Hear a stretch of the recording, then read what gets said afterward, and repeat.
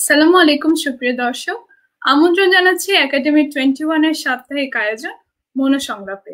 আজ মনোসংলাপের 26তম পর্বে আমাদের আলোচনার বিষয় সমকালীন নারী নিগ্রহ ও নারী মানুষ। আজকে সঞ্চালক হিসেবে আপনাদের সাথে আছি আমি নাসিবা আমিন, এবং আমাদের সাথে অতিথি হিসেবে উপস্থিত থাকছেন Mahsina Momtaz Maria, education consultant and teachers trainer. Ma'am already আমাদের সাথে যুক্ত হয়েছে। আসসালামু আলাইকুম। ওয়ালাইকুম আসসালাম। আমাদের দর্শকদের প্রতি বলে নিতে চাই, আমাদের বর্তমান বাংলাদেশে যে সিচুয়েশন চলছে সেই সিচুয়েশনের সাথে রিলেট করে খুব টাইম ডিমান্ডিং একটি ডিসকাশন নিয়ে আমরা আজকে বসেছি। আমার মনে হয় শুধুমাত্র মেয়েদের জন্য নয়, আজকের প্রোগ্রামটা প্রত্যেকটা জেন্ডারের জন্য, প্রত্যেক বয়সের মানুষের জন্য ইটস ভেরি ইম্পর্টেন্ট। আমাদের সাথে আজকে একজন এডুকেশনিস্ট আছেন, ফলে আমাদের যদি কোনো ধরনের প্রশ্ন থেকে থাকে, আমাদের দর্শকদেরকে বলবো আপনারা অবশ্যই কমেন্টে আপনাদের প্রশ্ন সম্পর্কে জানাবেন, আমাদের অতিথি আপনাদের প্রশ্নের উত্তর দিবেন। পাশাপাশি আজকের অনুষ্ঠানটি যদি আপনাদের ভালো লেগে থাকে, যদি মনে হয় অনুষ্ঠানটি আরো মানুষের কাছে পৌঁছানো উচিত, অবশ্যই প্রোগ্রামটি শেয়ার করবেন এবং একাডেমি 21 এর ফেসবুক পেজ এবং ইউটিউব চ্যানেলের সাথেই থাকবেন। ম্যাম, আপনি আজকে আমাদের প্রোগ্রামে এসেছেন, আপনাকে অনেক ধন্যবাদ। আমি একাডেমি 21 এ যারা আমাদের প্রোগ্রামটি দেখছেন আজকে, তাদের প্রতি কিছু মেসেজ দিয়ে আপনার কথা শুরু করার অনুরোধ রাখছি। ধন্যবাদ নাসিবা, আমাকে আজকের প্রোগ্রামে আমন্ত্রণ জানানোর জন্য। আসলে আজকে আমরা এমন একটা বিষয় নিয়ে বসেছি কথা বলতে, যেটা নিয়ে বেশ কিছুদিন ধরে আমরা সবাই কথা বলছি, মেয়েদের ব্যাপারগুলো এবং ওভারঅল সোশ্যাল সিকিউরিটিটা, আমাদের সামাজিক নিরাপত্তার বিষয়গুলো নিয়ে আমরা বারবার কথা বলছি ইদানিং। তো আজকে আমরা যেটা চেষ্টা করব যে কিছু ট্রাবল শুট করার জন্য, না যে কিছু যেই সিচুয়েশন গুলো অ্যারাইজ করছে সেগুলোতে আমরা একটু অন্যরকম ভাবে চিন্তা করে কিভাবে করতে পারি, কোনো সলিউশন বের করা যায় কিনা, বা কিভাবে আমাদের নিজেদের পার্সপেক্টিভে আমাদের কাজ করা উচিত, সেভাবে আমরা কথা বলবো। তো তুমি যেভাবে বলছিলে যে আমরা আমাদের দর্শকদের কাছ থেকেও রেসপন্স আশা করব ইনশাআল্লাহ। যারা কারো যদি কোনো প্রশ্ন থাকে আমাদেরকে জানাবেন, মতামত জানাবেন, ইনশাআল্লাহ আমরা সেগুলো উত্তর দেওয়ার চেষ্টা করব। জি ম্যাম, তাহলে দেরি না করে আমরা আমাদের প্রথম প্রশ্নে চলে যাই। আমার প্রথম প্রশ্ন আপনার কাছে, যে নারী নিগ্রহর কথা আমরা বলছি, আমাদের নারীরা, সমাজের নারীরা যে বিভিন্ন ভাবে আমাদের সোসাইটিতে হিউমিলিয়েটেড হচ্ছে ইন ভেরিয়াস ওয়েজ। আমি সোশ্যাল নেটওয়ার্কিং বলি, আমি সামনাসামনি বলি, বিভিন্ন এজের মানুষ থেকে বলি, তারা হিউমিলিয়েটেড হচ্ছে। এটার কারণ কি কি বলে আপনি মনে করেন আপনার পার্সপেক্টিভ থেকে?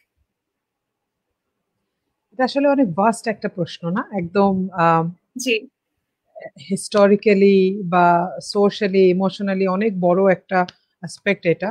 তারপরেও আমরা যদি একটু সংক্ষেপ করে বলতে চাই, আমার পার্সোনাল একটা ওপিনিয়ন হচ্ছে, বা আমি এডুকেশনের সাথে যেহেতু কাজ করি, আমার কাছে যেটা মনে হয় যে আমরা আসলে এটা হয়েছে বিগত বেশ কিছু লম্বা একটা সময় ধরে এই জিনিসটা হয়েছে। হ্যাঁ, যে আমরা যখন থেকে একটু একটু করে আধুনিকতার চর্চা করা শুরু করেছি, আমরা মনে করছি যে আমরা একটু একটু করে আধুনিক হচ্ছি। হ্যাঁ, আধুনিকতার রিকোয়ারমেন্টস গুলো আমরা ফুলফিল করার চেষ্টা করছি।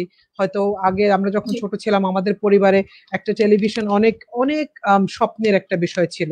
তারপরে যখন একটু একটু করে আধুনিকতার স্পর্শ আসতে লাগলো পরিবারগুলোতে, আমরা কোনো পরিবারে 2টা টেলিভিশন, এখন আবার নর্মাল আগের সেই বাক্স টাইপের টেলিভিশনে হচ্ছে না, আমরা আবার ওয়াল টেলিভিশন চাচ্ছি, এলসিডি বড় বড় টেকনোলজিক্যালি আরো অ্যাডভান্স টেলিভিশন চাচ্ছি। তো এইভাবে আস্তে আস্তে, আগে হয়তো সারা পরিবারে একটা ফোন থাকতো, কিন্তু এখন আসলে প্রয়োজনের খাতিরেও, আবার অনেকটা আধুনিকতার জন্যও আমাদের একের অধিক ফোন আসছে বাসায়, একের অধিক টেকনোলজিক্যাল ডিপেন্ডেন্সি আমাদের হচ্ছে। তো এগুলোর কারণে যেটা হয়েছে আসলে আস্তে আস্তে আস্তে আস্তে আমরা অনেক ক্ষেত্রে, অনেক জায়গায়, কিছু কিছু ক্ষেত্রে আমাদের আবেগ, আমাদের সম্পর্ক, আমাদের লেনদেনের যে একটা পরিবারের সদস্যদের সাথে, সমাজের সদস্যদের সাথে, সামাজিকভাবে একটা যে সম্পর্কগুলো, একটা সুন্দর যে একটা লেনদেনের সম্পর্ক ছিল, একটা আদান প্রদান ছিল, এই অনেকগুলো জায়গাকে রিপ্লেস করেছে আমাদের এই টেকনোলজি গুলো, এই আধুনিকতার অ্যাডিশনস গুলো। এতে করে যেটা হয়েছে, একটা সময় গিয়ে আমরা আর কি বলে এটাকে, মানুষের মানুষের সম্পর্ক, মানুষে মানুষে মায়া মমতা, মানুষে মানুষের জন্য স্যাক্রিফাইস করা, মানুষে মানুষের জন্য এগিয়ে যাওয়া, এই জিনিসগুলো আস্তে আস্তে আস্তে আস্তে আসলে কমতে শুরু করেছে। কারণ আমরা অনেক বেশি টেকনোলজির উপর ডিপেন্ডেন্ট হয়ে যাচ্ছি এবং সেই সাথে সাথে সম্পর্কগুলোর প্রয়োজনীয়তা আমাদের কাছে কমে যাচ্ছে, এটা একটা হচ্ছে।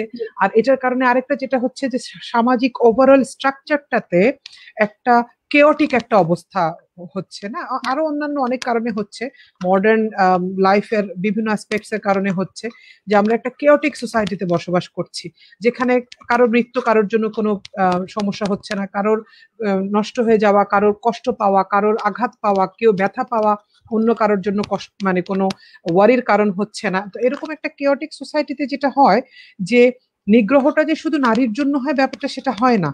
তখন আসলে যেটা হয় যে একজন মানুষ যে মনুষ্যত্ব তার যার ভিতরে কমে যায়, একজন মানুষ যার ভিতরে সামাজিক পারিবারিক আবেগের সম্পর্কগুলোর গুরুত্ব যার কাছে কমে যায়, তার কাছে আসলে সবাই নিগ্রহের শিকার হয়। এবং নারীরা যেহেতু একটু দুর্বল একটা অবস্থানে আছেন আমাদের সমাজে, তারা একটু বেশি এটার শিকার হন। এটা আরেকটা কারণ। আর আরেকটা যেটা আমার কাছে কারণ মনে হয় নারীদের ব্যাপারে স্পেশালি যদি বলতে যাই, সেটা হচ্ছে যে আসলে আমাদের সমাজে সামাজিক স্ট্রাকচারটা এরকম যে নারীদেরকে নিয়ে এই ধরনের চিন্তা ভাবনাগুলো করা, নারীদেরকে নিয়ে এই ধরনের বিপজ্জনক কাজগুলো করাটা অনেকটা ইজি, সহজ সহজ একটু ইজিয়ার দেন আমি অন্য পুরুষের সাথে করছি।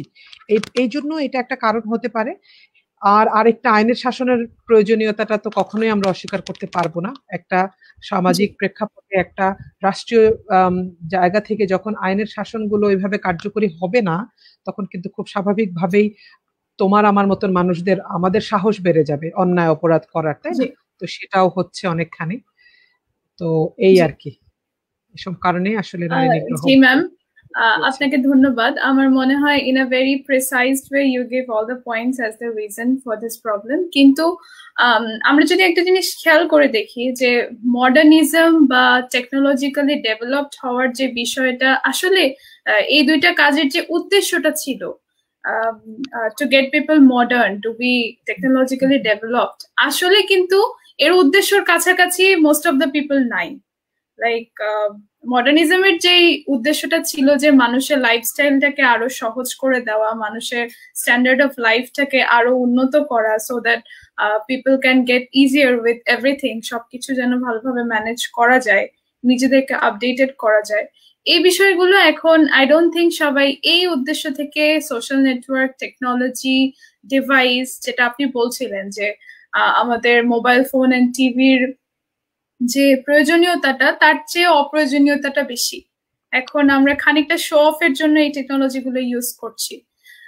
সো এর থেকে আসলে আপনি কি মনে করেন যে সমাজের কোন পিপল, কোন গ্রুপ অফ পিপল আসলে এই প্রবলেমের জন্য বেশি দায়ী, বা which group of people is engaged in breaking rules the most? আসলে আমি বলবো যে এখানে অল্প অল্প করে আমরা সবাই দায়ী। হ্যাঁ, একদম টপ টু বটম সবগুলো মেকানিজমই এখানে দায়ী। কারণ একটা ব্যাপার, একটা ছোট্ট একটা উদাহরণ দেই। যেমন ধরো আমি যখন একটা নতুন একটা মেশিন কিনি আমার বাসায়, তখন কিন্তু ইট কামস উইথ ম্যানুয়াল, না? ওর একটা কাগজে একটা ম্যানুয়াল আসে, আমি সেটা দেখি, তারপরে আমি মেশিনটা চালাই। কখনো কখনো আমি সেইটার আগে ওই ম্যানুয়ালটা দেখার পরেও আমার ফ্রেন্ড সার্কেলের মধ্যে, আমার কলিগদের মধ্যে, আমার ফ্যামিলি মেম্বারসদের মধ্যে যাদের যাদের দ্যাট পার্টিকুলার মেশিন যাদের বাসায় আছে তাদের সাথে কনসাল্ট করি। অ্যান্ড ইভেন বিফোর দ্যাট আমি যখন ওই মেশিনটা কিনেছি, আমি কিন্তু ওই দোকান থেকে বা ওই জায়গাটা থেকেও ওদের ওখানকার যারা এক্সপার্ট আছেন, টেকনিশিয়ানস আছেন, ওনাদেরও অ্যাডভাইস আমি নিয়ে আসি। টোটাল সিস্টেমটা কিন্তু একটা ছোট্ট মেশিনকে চালানোর জন্য কাজ করতে হয়, তাই না? এবং বাসায় যখন আসি আমি আমার ফ্যামিলি মেম্বারদেরকে বলি, অ্যাওয়্যার করি যে আমাকে ছাড়া কেউ এই মেশিনটা ধরবা না, সুন্দর করে ওটাকে গুছিয়ে রাখি, ব্যবহারের পরে ওটাকে আবার মেনটেনেন্স করি। এই জন্য আসলে এই উদাহরণটা এই জন্য দিলাম যে একটা ছোট্ট একটা মেশিনের ক্ষেত্রেও যেরকম করে আমার টোটাল মেকানিজমটাকে ফাংশনাল রাখতে হচ্ছে, ঠিক সেরকম ভাবে কিন্তু যে কোনো পরিবর্তনের জন্য এরকম একটা টোটাল মেকানিজমটা কাজে লাগে, যেটা আসলে আমাদের হয়নি, তাই না? যখন আমরা আধুনিকতার নামে জীবনগুলো বদলে যাওয়া শুরু করলো, আমাদের লাইফস্টাইল চেঞ্জ হওয়া শুরু করলো, তখন এইটা এমন যদি হতো যে আমাদের সোশ্যাল যারা লিডার আছেন তারা আমাদেরকে এগুলোর ব্যাপারে ইনস্ট্রাকশন দিচ্ছেন, আমাদের যারা রিলিজিয়াস লিডারের জায়গায় আছেন, ওনারা আমাদেরকে এগুলোর ব্যাপারে রিলিজিয়াস অ্যাসপেক্ট গুলো বুঝিয়ে বলছেন। তারপরে আমরা সোশ্যালি একটা একটা কি বলে একটা সেফটি বেল্টের ভিতরে থাকছি, সবাই সবাইকে সচেতন করছি, সবাই সবাইকে জানাচ্ছি। এই জিনিসটা তো আসলে হয়নি, এবং এই কারণেই আসলে যেটা হয়েছে যে এখানে একজনকে বা একটা নির্দিষ্ট গ্রুপকে ব্লেম করা যাবে না, এখানে টপ টু বটম আমরা প্রত্যেকেই এটার জন্য আসলে রেসপন্সিবল। জি ম্যাম, এই কোয়েশ্চেনটা করার আমার একটা উদ্দেশ্য ছিল যে আমাদের সমাজে আসলে নর্মালি এই ধরনের কোনো একটা ভায়োলেশনের জন্য ইয়াং যারা আমাদের ইয়থ যারা তাদেরকে বেশি ব্লেম করা হয়। এই অ্যান্সারটার মাধ্যমে আমি এটা আসলে ক্লিয়ার করতে চেয়েছি যে not only the young people and একদম starting from the birth, even a child and their parents and their guardians are somehow related to this problem. কোনো না কোনো ভাবে আমরা কোনো একটা জায়গায় কিছু ভুল করছি যার কারণে এই সময় সমস্যাটা এত বড় আকার ধারণ করেছে। যে বিষয়টা আমরা এখানে বলতে পারি যে আধুনিকতা আসলে এটার কারণ নয়, আধুনিকতার অপব্যবহারটা হচ্ছে এই সমস্যার কারণ। ম্যাম, নেক্সট যে কোয়েশ্চেনটা নিয়ে আপনার কাছে আমি যেতে চাই সেটা হচ্ছে যাদেরকে নিয়ে আজকে আমরা বসেছি, দ্য ওমেন যারা এই ধরনের প্রবলেমের মধ্যে দিয়ে যাচ্ছে, তাদের মেন্টাল হেলথ বা তাদের আউটওয়ার্ড লাইফের উপরে এই ধরনের সমস্যাগুলোর প্রভাবটা কিরকম? জি,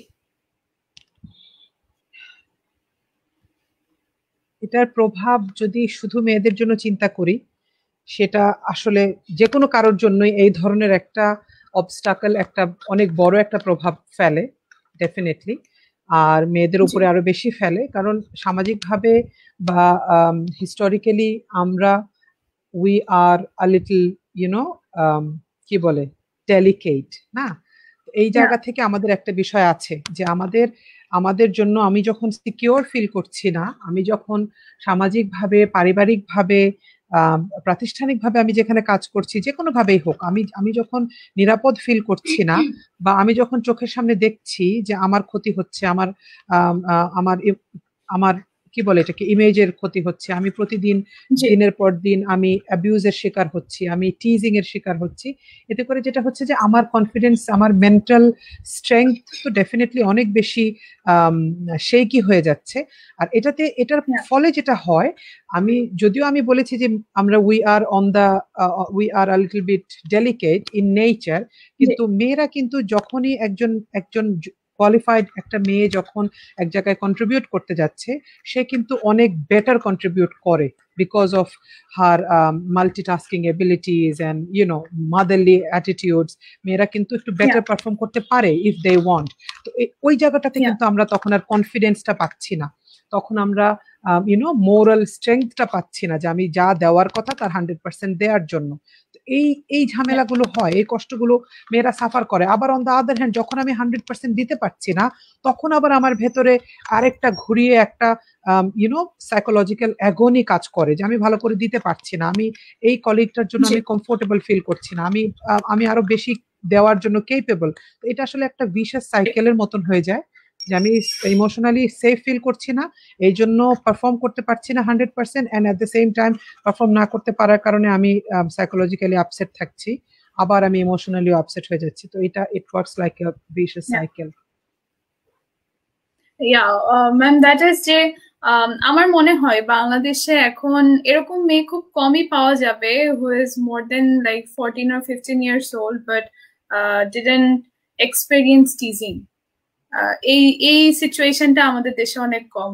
বলা যায় যে এই বয়সের প্রত্যেকটা মেয়ে in one way or the other say teasing এর শিকার। এখন একটা মেয়ে যখন কলেজে যাওয়ার পথে বা কলেজ থেকে আসার পথে কিংবা ওয়াইল দে স্টাডি, আমরা বিভিন্ন জায়গায় পড়াশোনা করি, আমাদের অনলাইন টিচার আছে, অফলাইন টিচার আছে, এই জায়গাগুলোতে যখন আমরা এই ধরনের কোনো সিচুয়েশনের সামনে পড়ি, normally that person becomes a bit low in confidence যে আমি আসলে পুরোটা দিতে পারবো কিনা, বা তাদের মধ্যে এক ধরনের ভয় কাজ করে। মোর ওভার জিনিসটা যদি একজন মায়ের ক্ষেত্রে তৈরি হয়, অবভিয়াসলি তার ক্ষেত্রে এই জিনিসটা আরো বেশি লাইক প্রেস্টিজ টেকিং, যে হ্যাঁ আমি একজন মা, I have my child, I have my husband, I have my family, but yet this people are teasing me because I am a women. আর আমার মনে হয় যে কোনো অপরাধের, যে কোনো যে কোনো হিউমিলিয়েশনের শুরুটা আসলে টিজিং দিয়ে শুরু হয়। আর আমাদের দেশে যখন আমরা এটার প্রতিবাদের দিকে যাই, যেহেতু আমাদের সামাজিক সাপোর্টটা অত বেশি না, ফলে সেই মেয়েটার প্রতি আবার ব্যাকফায়ার শুরু হয়। আমরা এরকম অনেক এক্সাম্পল দিতে পারি আমাদের সমাজে। ম্যাম, এবার আরেকটু ডিফারেন্ট একটা কোয়েশ্চেন আপনার কাছে আমি করতে চাই, দ্যাট ইজ মেয়েদের কথা তো আমরা বললাম, আমরা মেয়েদের কথা বললাম, আমরা মহিলাদের কথাও বললাম। নাও comes the question of the parents and the family. এই পুরো প্রবলেমটা, এই পুরো সিচুয়েশনটার আসলে ফ্যামিলির উপরে বা স্পেশালি প্যারেন্টস এর উপরে কি ধরনের প্রভাব ফেলে? জি, প্রভাবটা তো ডেফিনেটলি একটা পজিটিভ কাজের প্রভাব পজিটিভ হয়, একটা নেগেটিভ কাজের প্রভাব তো ডেফিনেটলি নেগেটিভ হয়। সামাজিকভাবে আমাদের দেশে এখনো পর্যন্ত আমরা সামাজিক স্ট্রাকচারটাকে অনেক বেশি ভ্যালু করি না, সবাই কি বলছে, লোকে কি বলছে, বা কি মনে করবে মানুষ, এই জিনিসটাকে আমরা অনেক বেশি ভ্যালু করি। অ্যান্ড দেয়ার ফর আমাদের যেটা হয় যে আমরা যখনই এই ধরনের, ফর এক্সাম্পল আমার পরিবারের একটা মানুষ যখন এরকম একটা সিচুয়েশনের শিকার হবে, the very first thing I would do is আমি তার লাইফে অনেক এমবার্গো এনে দেব।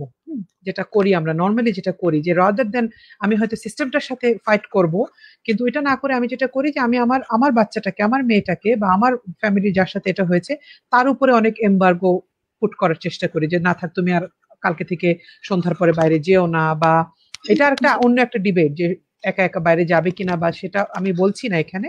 মানে ন্যাচারালি আমরা কিছু ন্যাচারাল এমবার্গো তার লাইফের উপরে আনার চেষ্টা করি, so that she does not face the same situation again. এরপরে আমরা যেটা করি যে এখন আসলে অন্যায়গুলোকে এত বেশি আমরা নর্মাল দেখতে অভ্যস্ত হয়ে গিয়েছি দেখতে দেখতে, যে আমাদের যেটা হয় যে আমরা এটাকে স্বাভাবিক একটা র্যান্ডম ইনসিডেন্ট মনে করে ফেলি। অভিভাবকদের পয়েন্ট অফ ভিউ থেকে বলছি যে হ্যাঁ ঠিক আছে, এটা হতে পারে, কিন্তু অনেক সময় জাস্টিফাই করি সেই মেয়েটার কোনো দোষ দিয়ে, অনেক সময় জাস্টিফাই করি সেই মেয়েটার কোনো দুর্বলতা দিয়ে। এইভাবে আমরা একটা জাস্টিফাই করে একটা ছোটখাটো একটা সলিউশনে আসার চেষ্টা করি যে হ্যাঁ ঠিক আছে, এটা স্বাভাবিক, এটা হতেই পারে, এটার জন্য হয়তো তোমারই কিছু দায় ছিল, এরকম একটা জিনিস করি। আরেকটা যেটা বিরাট বড় রকমের একটা ভুল অনেক সময় আমরা পেরেন্টরা করি, দ্যাট ইজ আমরা সমাজের চোখ দিয়ে আমাদের বাচ্চাটাকে বা ভিকটিমটাকে, সমাজের আর 10টা মানুষের সামনে এই বাচ্চাটাকে, এই মেয়েটাকে আমি দাঁড় করিয়ে দিলে যেরকম করে সমাজ যেভাবে তাকে ডিফাইন করবে, আমিও সেইভাবেই ডিফাইন করার চেষ্টা করি। এটা অনেকটা আমি ভয়ে করি, এটা আমি অনেকটা আমার নিজের মাইন্ডসেটের জন্য করি, কিন্তু আমি এটা করি, আমি সমাজের চোখ দিয়ে আমি আমার মেয়েটাকে ডিফাইন করি, অ্যান্ড দেন আমি আবার তাকে নিগৃহীত করছি ইন মাই ওন ওয়ে। একবার সে হয়ে এসেছে, আমি ঘরে এনে তাকে আবার করছি, এটা এক সময় হয়।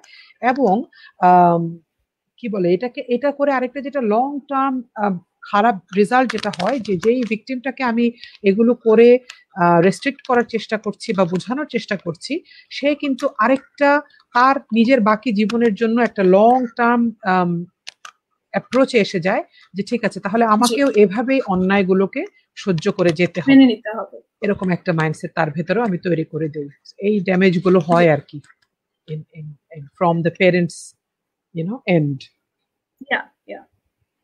Yeah, ma'am, we already have a question in our comment box. The question is like this: what particular things can a teenage girl do to keep her academic pace on right track? Okay, thank you very much for the question. এখানে teenage বাচ্চাদের particular responsibility যদি আমি বলতে যাই, এটা আসলে শুধু teenage বাচ্চাটার কথা একা বলা যাবে না। I personally believe this is a holistic approach, তাই না? এখানে একজন টিনেজ বাচ্চা কি করবে সে কিন্তু একা করবে না, তাকে আমি একজন পেরেন্ট হিসেবে তাকে আগে আমি এডুকেট করব, তাকে বোঝাবো, তার জন্য সিচুয়েশনটাকে নিরাপদ করব, তার জন্য সমাজটা তার জন্য কি বলে এটাকে ওয়ার্ম হবে, সাপোর্টিভ হবে, তখন a teenage girl will be able to perform well, না? এটা একটা পুরো একটা সিস্টেম যেটা আমার কাজ করতে হবে, পুরোটা জিনিস নিয়ে আমাকে কাজ করতে হবে। এখানে বাবা মায়ের ভূমিকা আছে, সমাজের ভূমিকা আছে, এডুকেশন ইনস্টিটিউশন গুলোর ভূমিকা আছে। এই আমার বাচ্চাটাকে আমি যে স্কুলে পাঠাচ্ছি সেখানে তাকে কিভাবে তার কনফিডেন্স দিচ্ছে, তাকে তার নিজের ব্যাপারে অ্যাওয়ারনেস জাগাচ্ছে, টিচাররা ভালো রোল প্লে জি করছে কিনা, টোটাল সিস্টেমটাকে এখানে আসলে has to play a very big role and together we should work yeah together.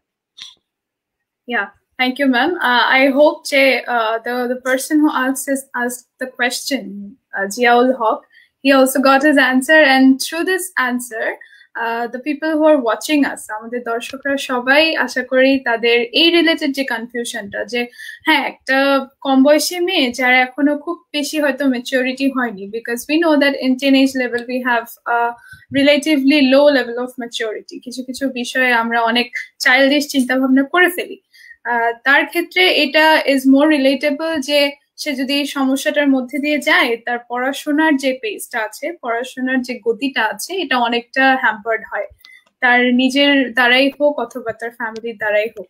দেখা যায় যে পরিবার তার পড়াশোনা বন্ধ করে দিচ্ছে বা তাকে জোর করে নিয়ে যে কোথাও বিয়ে দিয়ে দিচ্ছে। তো এই ক্ষেত্রে একটা রিলেটেবল কোয়েশ্চেন আমি আপনাকে করতে চাই, যে আমাদের সোসাইটিতে এখন যে মন মানসিকতাগুলো মানুষ রেয়ার করে, এর মধ্যে কি কি সমস্যা আপনি দেখেন বা কি কি বিষয়ে চেঞ্জ আনা উচিত বলে আপনি মনে করেন? জি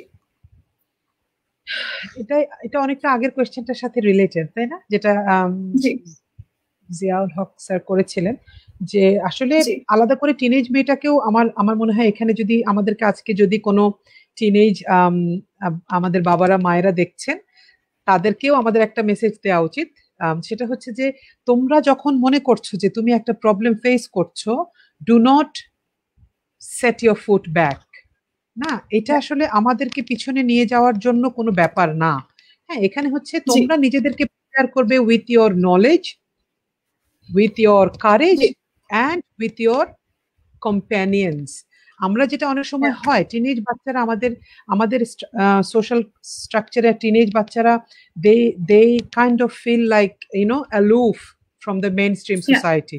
ওরা একটু অ্যালুফ হয়ে থাকতে পছন্দ করে, একটু একা থাকতে পছন্দ করে। বাট এই ধরনের সিচুয়েশনের সময় তোমাদের মনে রাখা উচিত যে তোমাদের নিজেদেরকে প্রিপেয়ার করতে হবে, নিজেদেরকে স্ট্রেংথেন করতে হবে তোমাদের নলেজ দিয়ে, অনেক বেশি বেশি পড়াশোনা করতে হবে, জানতে হবে এসব বিষয়ে আমাকে কে কি বলতে পারে, কার আমাকে কি বলার রাইট আছে, কার আমার কাছে আসার রাইট আছে, কার নেই, আর এই সমস্ত সিচুয়েশন হলে আমি কিভাবে এটাকে প্রোটেক্ট করব, প্রোটেস্ট কিভাবে করব, এই ব্যাপারগুলোতে তোমাদের পড়াশোনা থাকতে হবে।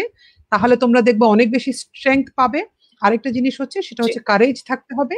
কোনো অবস্থাতে এই ধরনের কোনো জিনিস আমরা আব্বু আম্মু কি বলবে, টিচাররা কি বলবে, বাসার সবাই কি বলবে, এরকম করে আমরা চুপ করে থাকা উচিত না আমি বলবো, করাই যাবে না এটা।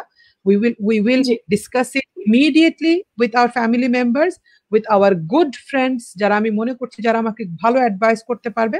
আর 3 নাম্বার যেটা, সেটা হচ্ছে যে আমার ফ্রেন্ড সার্কেল, আমার বাবা মা, আমার নিজের একটা কমফোর্ট জোন আমাকে বানিয়ে ফেলতে হবে, যে এদের সাথে আমি আমার যেই কিছুই আমার সাথে হোক না কেন, আমি এদের সাথে ডিসক্লোজ করব, অ্যান্ড আমি এনাদের সাথে আমি সবসময় সবকিছু নিয়ে কথা বলবো।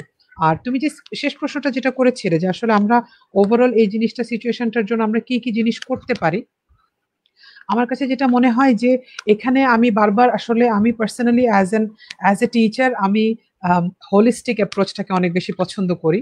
এই আমার কাছে মনে হয় যে যে কোনো ভালো জিনিসের জন্য আসলে একটা হোলিস্টিক সিস্টেম কাজ করা দরকার, তাই না? যেটা হয়েছে যে এখন আমাদের আসলে সোশ্যালি আমরা সোশ্যাল ইমিউনিটি যদি বলি, সাইকোলজিক্যালিও যদি বলি, যে সাইকোলজিক্যাল ইমিউনিটি যদি আমরা বলি, আমাদের কোনোটাই কিন্তু নাই, তাই না? আমি কোথাও গিয়ে নিরাপদ ফিল করছি না। তো তার কারণ কিন্তু আমি একা না। সুতরাং আমি একা বদলে গিয়েও কিন্তু কোনো সিচুয়েশনের ইমপ্রুভমেন্ট এখানে হবে না। তো সেই জন্য এখানে কমিউনিটিকে বেস করে, ফর এক্সাম্পল আমি একটা স্কুলে চাকরি করছি। আমার স্কুলে 100 বাচ্চা আছে, আমার স্কুলে 300 বাচ্চা আছে, আমার স্কুলে 20 জন টিচার আছে। আমি একজন সচেতন নাগরিক যদি হই, আমি একজন সচেতন মানুষ যদি হই, আমি শুধু একা এই কাজটা করব না। আমি আমার স্কুলের সব টিচারদেরকে নিয়ে বসলাম। আমি আমার স্কুলের বাচ্চাদেরকে নিয়ে মাসে 1 দিন 2 দিন বসলাম। তাদেরকে নিয়ে এই অ্যাবিউজ গুলোর, এই কষ্টদায়ক জিনিসগুলোর, এই লজ্জাজনক জিনিসগুলোর ব্যাপারে কথা বললাম। খোলামেলা একটা ফোরাম, একটা প্ল্যাটফর্ম রেডি করলাম, যেখানে এসে আমার বাচ্চারা আমার কাছে এগুলো বলতে পারে, আমার বাচ্চাদের বাবা মারা এসে আমাদের কাছে এগুলো বলতে পারে। আমি হয়তো একটা মসজিদের ইমাম হিসেবে দায়িত্ব পালন করছি, আমি আমার মসজিদ বেসড একটা অ্যাওয়ারনেস প্রোগ্রাম রেডি করতে পারি। আমি হয়তো কিছু করতে পারছি না, আমি একজন সিম্পল হাউস ওয়াইফ, আমি আমার বিল্ডিং এর সব ভাবিদেরকে, সব আপাদেরকে ডেকে নিয়ে একদিন বসতে পারি। এইভাবে কমিউনিটি বেসড যখন আমরা একটু একটু একটু একটু করে কাজ করব, তখন যেটা হবে যে it will start adding values to our mainstream awareness. ওইটা একটা ভালো কাজ হবে। আর আরেকটা যেটা আমি বলবো যে সচেতন নাগরিক হিসেবে শিক্ষিত সচেতন পরিবারগুলোর খুব বেশি এখন বাচ্চাদেরকে অ্যাওয়ারনেস গুলো দেওয়া উচিত। পজিটিভ প্রোগ্রামের মাধ্যমে, পজিটিভ পড়াশোনা, ভালো ভালো জিনিস ওরা পড়বে, নিজেদের শরীরের ব্যাপারে, নিজেদের সাইকোলজিক্যাল আপব্রিঙ্গিং এর ব্যাপারে তারা পড়াশোনা করবে, তারা জানবে। জ্ঞান আসলে আমাদেরকে অনেক বেশি কনফিডেন্স দেয় এবং সাহসও দেয়, যেটা এখনকার জেনারেশনের বাচ্চাদের অনেক কম। আমরা অনেক বেশি ডিভাইস ডিপেন্ডেন্ট হয়ে যাওয়াতে যেটা হয়েছে যে আসলে আমরা ভেতরে অনেক হলো, ভেতরে আমাদের ওই নলেজের ডেপথটা নেই, and that's why we cannot fight any such kind of sudden situation. তো এই জিনিসগুলো অনেক বেশি দরকার। এইটা যদি হয় অ্যাজ এ হোল কমিউনিটি, যখন আমরা একটু একটু করে গ্রো করব পজিটিভলি, তখন ইনশাআল্লাহ এটার ব্যাপারে একটা টোটাল সিস্টেমকে আমরা কাজে লাগাতে পারবো। ম্যাম, থ্যাঙ্কস আ লট। আমি আপনার কথার সাথে একটু দুটো বিষয় অ্যাড করতে চাই। ওয়ান ইজ, আপনি এখানে সোশ্যাল লিডার্সদের কথাও মেনশন করেছেন, প্লাস আমাদের সমাজে যারা রিলিজিয়াস পার্সোনালিটিস আছে তাদের বিষয়টাও মেনশন করেছেন। সোশ্যাল লিডার্সের ব্যাপারে আমি একটা জিনিস একটু অ্যাড করতে চাই। একজন সোশ্যাল পার্সন যে কিনা বিভিন্ন সোশ্যাল নন গভর্নমেন্ট বলেন বিভিন্ন ধরনের ওয়েলফেয়ার অ্যাক্টিভিটিস এর সাথে জড়িত, যারা মানুষের সাথে মেশে, অনেক মানুষের মধ্যে যায়, তারা যেভাবে পাবলিকলি কোনো একটা বিষয় নিয়ে কথা বলতে পারে, তারা যেভাবে মানুষের সাথে রিলেট হতে পারে বা কানেক্টেড হতে পারে, এভাবে কিন্তু একটা নর্মাল হাউসওয়াইফ বা একটা নর্মাল পার্সন যে কিনা এইসব থেকে বাইরে, তার থেকে একজন সোশ্যাল লিডারের পক্ষে এটা সম্ভব। তার পক্ষে অ্যাওয়ারনেস ক্রিয়েট করাটা অনেক সহজ। তার পক্ষে যেটা আপনি বললেন যে হলিস্টিক অ্যাপ্রোচ তৈরি করা, এটা একজন সোশ্যাল লিডারের পক্ষে বেশি ইজি। প্লাস এখনো আমাদের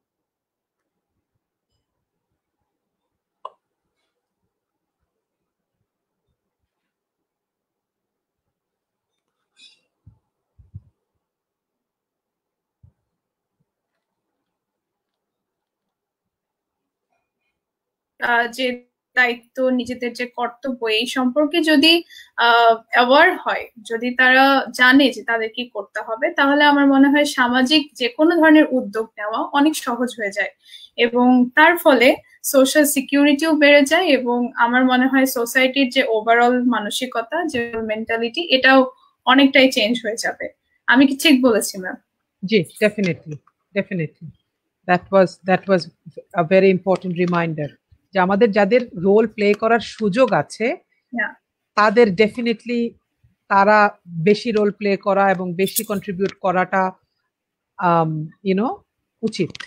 এটা তো ডেফিনেটলি একটা জরুরি জিনিস। আর আরেকটা বিষয় এখানে, যেহেতু তুমি এই পয়েন্টটা অ্যাড্রেস করলে সোশ্যাল লিডারদের এবং লিডারশিপ ডেভেলপমেন্টের ব্যাপারটা যেহেতু আলোচনায় আনলে, আমার কাছে মনে হয় এটাও একটা জরুরি বিষয়। আমরা পেরেন্টরা আমরা যে যার জায়গায় এডুকেশনের কাজ করছি, যে যেখানেই কাজ করছি না কেন, অর অ্যাটলিস্ট একদম সিম্পল একটা পেরেন্ট হিসেবে আমি যখন দায়িত্ব পালন করছি, আমি আমার একটা দুইটা তিনটা বাচ্চাকে যখন রেইজ করছি, এখানেও আমি আলটিমেটলি আমার বাচ্চাকে আমি আগামী 20 বছর পরে, আগামী 30 বছর পরে, আগামী বাংলাদেশের জন্য কোন জায়গাটাতে দেখতে চাই, সেই পয়েন্ট অফ ভিউ থেকে আমাদেরকেও চিন্তা করা উচিত।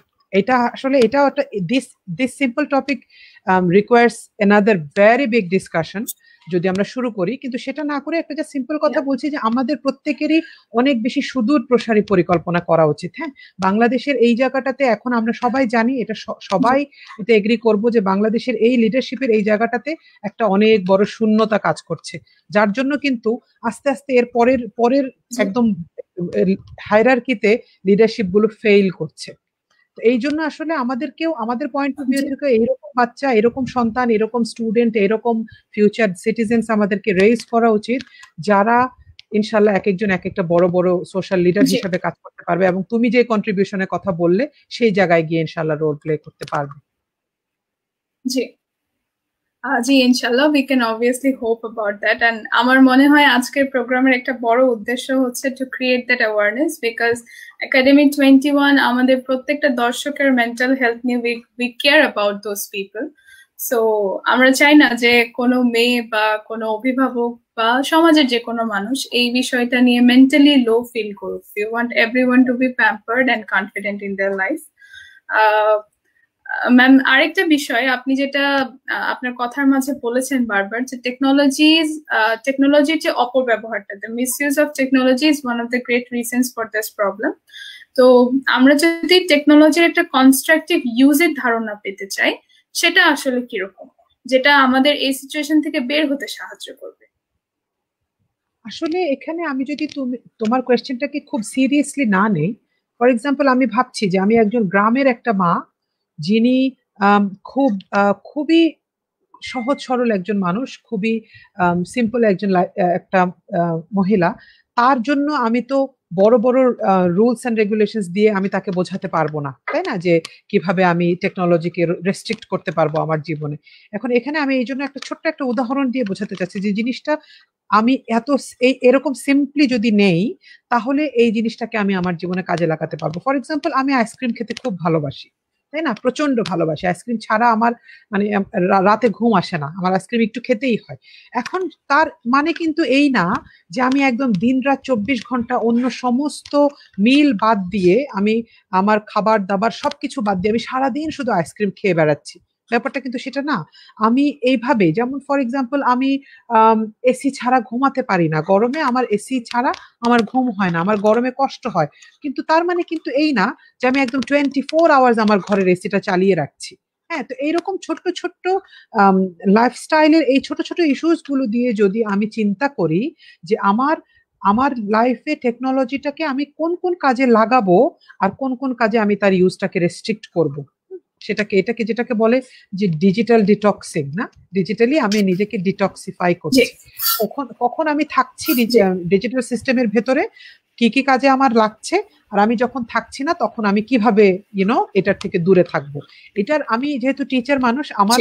অনেক মজার মজার আইডিয়া মাথায় মাঝে মধ্যে আসে যেটা আসলে individually every single family should have there very on policy regarding this এখানে একটা কথা ওভারঅল বলে দিলে সেটা সবার জন্য হবে না আমরা ফ্যামিলি মেম্বাররা মিলে বসতে পারি বাবা মা ছেলে মেয়ে আমরা সবাই বসে যে এটা থেকে আমরা কিভাবে মুক্তি পাবো হ্যাঁ এখন আমাদের অনলাইনে ক্লাস হচ্ছে 3 ঘন্টা আমাদের অনলাইনে মিটিং হচ্ছে 2 ঘন্টা আছে ঠিক আছে বাকি যে সময়টা আমাদের বাকি আছে সেখানে আমরা কি কি কাজ করতে পারি so that we can get rid of the tiredness our eyes have we can get rid of the tiredness our brains have due to the digital time এইভাবে নিজেরা একটা সিস্টেম বের করা উচিত এবং নিজেরা নিজেদেরকে সাহায্য করা উচিত রাদার দেন টিজ করা অভিমান করা এখানে করা কি বলে রাগ করে কথা বলা শাসন করা এই ধরনের না করে নিজেদের একটা মেকানিজম বের করা উচিত যে এগুলো থেকে আমরা কিভাবে নিজেদের প্রয়োজন ছাড়া বাকি সময়টাকে বাঁচাবো এবং ওই সময়ে আমরা কি করব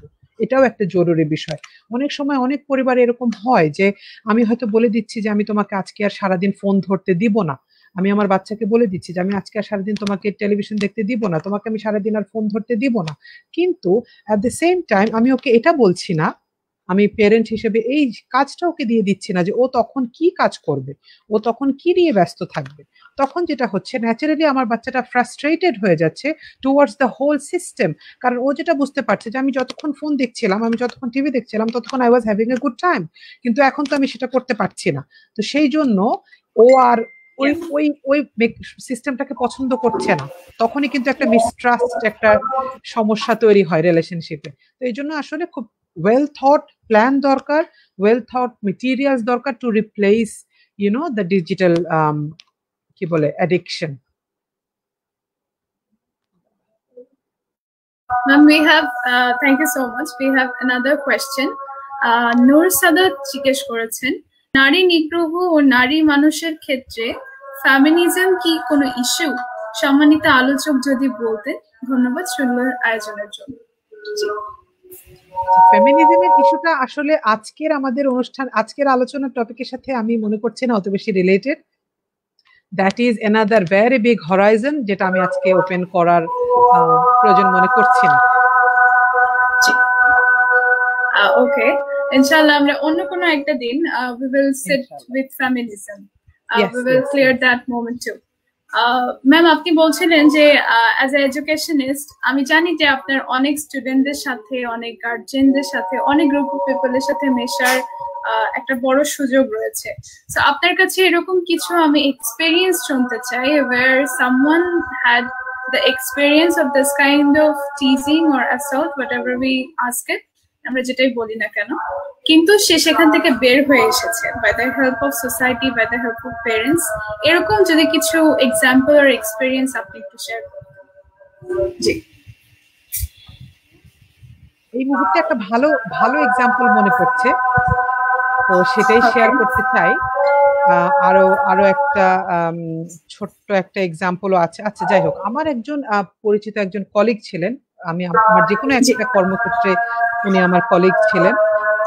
যেটা হয়েছিল, শি ওয়াজ ভেরি ইয়াং, আমার থেকে অনেক বয়সে কম, সে ছোট একটা মেয়ে ছিল, and she had a similar problem. ওর ফ্যামিলিতে ওর রিলেশনশিপ রিলেটেড একটা ইস্যু এসেছিল, and আমি টু মাই আটার সারপ্রাইজ আমি যেটা দেখেছি যে আলহামদুলিল্লাহ তার ফ্যামিলি এইরকম একটা সময়ে she clearly did a very big mistake in her life. হ্যাঁ, একটা অ্যাবিউসিভ রিলেশনশিপের ভেতরে সে ছিল, and then she legalized it by herself without even informing her family. কিন্তু এত বড় একটা ঘটনা হয়ে যাওয়ার পরেও সে এত সুন্দরভাবে তার পারিবারিক সাপোর্টটা পেয়েছে। এটা আমি এই জন্য বলছি যে আমরা নিজেরাও যারা পেরেন্টস, আমাদের জন্য এটা একটা অনেক বড় একটা এক্সাম্পল। আমি দেখেছি যে ওর বাবা ওকে সাথে সাথে এনে জিজ্ঞেস করেছে, তুমি এখন কি চাও, তুমি কি এটার সাথে থাকতে চাও, এই রিলেশনশিপের সাথে, নাকি তুমি বের হয়ে আসতে চাও? মেয়েটা বলেছে, না বাবা, আমি আর থাকতে পারছি না। এবং সাথে সাথে ওনারা মেয়েটাকে এত সুন্দর করে আপন করে নিয়েছেন, একদম বুকের মধ্যে ঢুকিয়ে, বাবা মা, যে আমার মেয়েকে আর আমরা একটা মুহূর্ত ক্ষতি হতে দিব না। যাই ও করেছে, যত বড় ভুলই ও করেছে, এখন থেকে আর কোনো ভুলও করবে না, এখন থেকে আমরা তাকে সাপোর্ট দিব। এবং ওদের প্রত্যেকটা রিলেটিভস, প্রত্যেকটা ফ্যামিলি মেম্বার, অন্যান্যরা যারা আছে, ছি করছিল। এবং আমাদের দেশে যে জিনিসটা অনেক হয় না, যে আমরা বাবা মায়ের কাছে যখন একটা ভুল করে আসি, অনেক ক্ষেত্রে আমরা বাবা মাও আমাদেরকে সাপোর্ট দেন না, যে না, তোকে আমি এখন কিভাবে ইয়ে করবো, যা, একবার যখন ভুল করেছিস তোকে আর আমি একসেপ্ট করবো না, এই ধরনের একটা বিষয় হয়। কিন্তু I saw her having a wonderful support from her family, এবং এটার কারণে যেটা হয়েছে, আলহামদুলিল্লাহ, সে এখন একটা অনেক বড় সোশ্যাল কন্ট্রিবিউশনের জায়গায় যেতে পেরেছে। হ্যাঁ, পরবর্তীতে তার লাইফটাকে সে নতুন করে আবার গুছিয়ে নিয়েছে, ফ্যামিলি তাকে সাপোর্ট দিয়েছে, তার এডুকেশন কমপ্লিট করেছে সে, এবং সে এখন একটা বিরাট বড় একটা জায়গায় কন্ট্রিবিউট করছে। এই যে সাপোর্টটা, এটা যদি সে না পেত, তাহলে কিন্তু তার ওই জায়গাটাতে সে ওইখান থেকে আর সে উঠে আসতে পারতো না, আরেকটা বাজে রিলেশনশিপে জড়িয়ে যেত, বা somehow she would go away, এরকম একটা কিছু হতো। আমরা প্রত্যেকেই যখন বেড়ে উঠি, ম্যাম, একটা বিষয় এখানে আমি একটু বলি যে একটা 10 বছরের বাচ্চা, বা আমি যখন আমার চাইল্ডহুড থেকে বেড়ে উঠেছি, I had a clear dream for myself, যে আমি আসলে কোন জায়গায় যেতে চাই, আমি কি করতে চাই আমার বাবা মার জন্য, আমার সোসাইটির জন্য, আমার কান্ট্রির জন্য। ইভেন এরকমও স্বপ্ন দেখে সবাই যে আমরা একটা ওয়ার্ল্ড ক্লাস সিটিজেন হব, not only our country, we will be an asset for the whole world, এটা সবার স্বপ্ন থাকে। বাট লাইক চলার পথে যখন ছোটখাটো কিছু মিস্টেক হয়ে যায়, বা কিছু অনেকে হয় না, পা পিছলে পড়ে যায়, এমন অনেক মানুষ আছে আমাদের বাংলাদেশের কনটেক্সট যদি আমি বলি, এমন অনেক মানুষ আছে যে ওই যে একটা মানুষ পা পিছলে পড়ে গেল, ওইখান থেকে তাকে উঠানোর জন্য আর কেউ থাকে না। সে যে একবার পড়ে গেল, সে একেবারে গর্তের মধ্যে পড়ে গেল, তা অবভিয়াসলি এখান থেকে একা বের হয়ে আসাটা অনেক কঠিন। যখন I know that I have done a mistake, I know that I had something to do with it, কিন্তু আমি করতে পারিনি, তখনকার যে like the depression or the backfiring, যেটাই বলি না কেন, এইটাতে অনেকেই একেবারেই শেষ হয়ে যায়। বাট যদি আমাদের সোসাইটিটা এই বিষয়ে একটু স্টেপ ফরওয়ার্ডিং হয়, তারা যদি একটু এগিয়ে আসে, এন্ড এই ক্ষেত্রে বাবা মায়ের অবদানটা সবচেয়ে বেশি। লাইক একটা বাবা মা যেভাবে পারবে, আমার মনে হয় না আর কোনো গ্রুপ অফ পিপল বা কোনো রিলেটিভ, কোনো ফ্রেন্ডের দ্বারা সেটা সম্ভব। So thank you so much. আমার মনে হয় যে এই বিষয়টা, আমাদের ফ্যামিলিয়াল সাপোর্ট এন্ড সোশ্যাল সাপোর্টের বিষয়টা এখানে ক্লিয়ার হয়ে গেছে। আরেকটা ছোট এক্সাম্পল আপনি কি সেটা শেয়ার করবেন? হ্যাঁ, করতে পারি। মানে এখানে আমার কাছে যেটা মনে হয় যে একটা এক্সাম্পল সাথে একটু একটু আগে কথাটাও বলে নিতে চাই। সেটা হচ্ছে যে আমরা যেরকম অনেক সময় হয় না যে আমরা কিন্তু আমাদের যখন ছোট বাচ্চা একটা ঘরে আসে, সে যখন একটু একটু করে কথা বলা শুরু করে, আমরা কিন্তু তখন থেকেই তাকে স্বপ্ন দেখানো শুরু করি, তাই না? যে তুমি বড় হয়ে কি হতে চাও? আমি ডাক্তার হতে চাই। ঠিক আছে, তুমি ডাক্তার হয়ে কোথায় যেতে চাও? আমি অমুক জায়গায় কাজ করতে চাই। আমি আমার গ্রামে গিয়ে মানুষের জন্য কাজ করতে চাই। আমি ইঞ্জিনিয়ার হতে চাই। তো আমি ইঞ্জিনিয়ার হয়ে আমি নাসায় গিয়ে কাজ করতে চাই। আমি যত বড়ই হোক না কেন স্বপ্নটা, আমি কিন্তু আমার বাচ্চাকে সেই সেই স্বপ্নের রাস্তাগুলোর সাথে ওকে পরিচিত করে করাই। ঠিক সেরকম ভাবে আমার যেটা মনে হয় যে এই ধরনের যে জিনিসগুলো যেটা নিয়ে আজকে আমরা কথা বলছি না, যে একটা মেয়ের বা একটা ছেলের, বিশেষ করে মেয়েদের অ্যাবিউজের বিষয়গুলো, এগুলো নিয়েও কিন্তু রিলেশনশিপের ইস্যুস গুলো, এগুলো নিয়েও কিন্তু জি আমাদের খোলামেলা ভাবে ছোটবেলা থেকে একটা সুন্দর অ্যাপ্রোচে কথাবার্তা হওয়া উচিত। হ্যাঁ, এরকমই জি একটা ছোট্ট এক্সাম্পল আমাদের কাছে আমার আমার আমার টিচিং এক্সপিরিয়েন্সে আছে। আমি যখন প্রায় আজ থেকে ৮-১০ বছর আগের ঘটনা এটা। আমার আমি একটা স্কুলে পড়াতাম তখন। তো একটা এরকম একটা জি ঘটনা হয়েছিল যে আমার কাছে একটা ছেলে এসেছিল। তখন সে কেবলই তার টিনেজ শুরু হয়েছে। সে ক্লাস 8 এ পড়ে। ওকে তো সে এসে আমার কাছে বলছিল যে মিস আমি আমার তার ক্লাসমেট একজন তার ব্যাপারে বলছিল যে ওকে আমার অনেক ভালো লাগছে। I have started thinking about her. এখন তাকে আমি বললাম, আমি খুব ওকে অবাক হয়েছি। কারণ ওর আমার কাছে না এসে বলাটাই স্বাভাবিক ছিল। তাই না? কারণ আমি তার টিচার। জি আমি তার ক্লাসমেট না। ইয়া কিন্তু সে এত সুন্দর করে এত রেসপেক্টফুলি সে বলছিল, এবং ক্লিয়ারলি তার চেহারার মধ্যে রেসপেক্টটা কাজ করছিল যে আমি যাকে নিয়ে বলছি সে একটা মেয়ে, আবার আমি যার কাছে বলছি সে আরেকজন মেয়ে। দুই দুইটা জি জায়গাকে সে এত সুন্দর রেসপেক্ট করেছে এবং এত সুন্দরভাবে সে অ্যাপ্রোচ করেছে, এবং এরপরে আরো ২-৩ বছর ওই বাচ্চা দোনোজনই আমার স্টুডেন্ট ছিল। আই নেভার হার্ড যে এই ছেলেটা ওই মেয়েটাকে একটা সিঙ্গেল কথা বলেছে।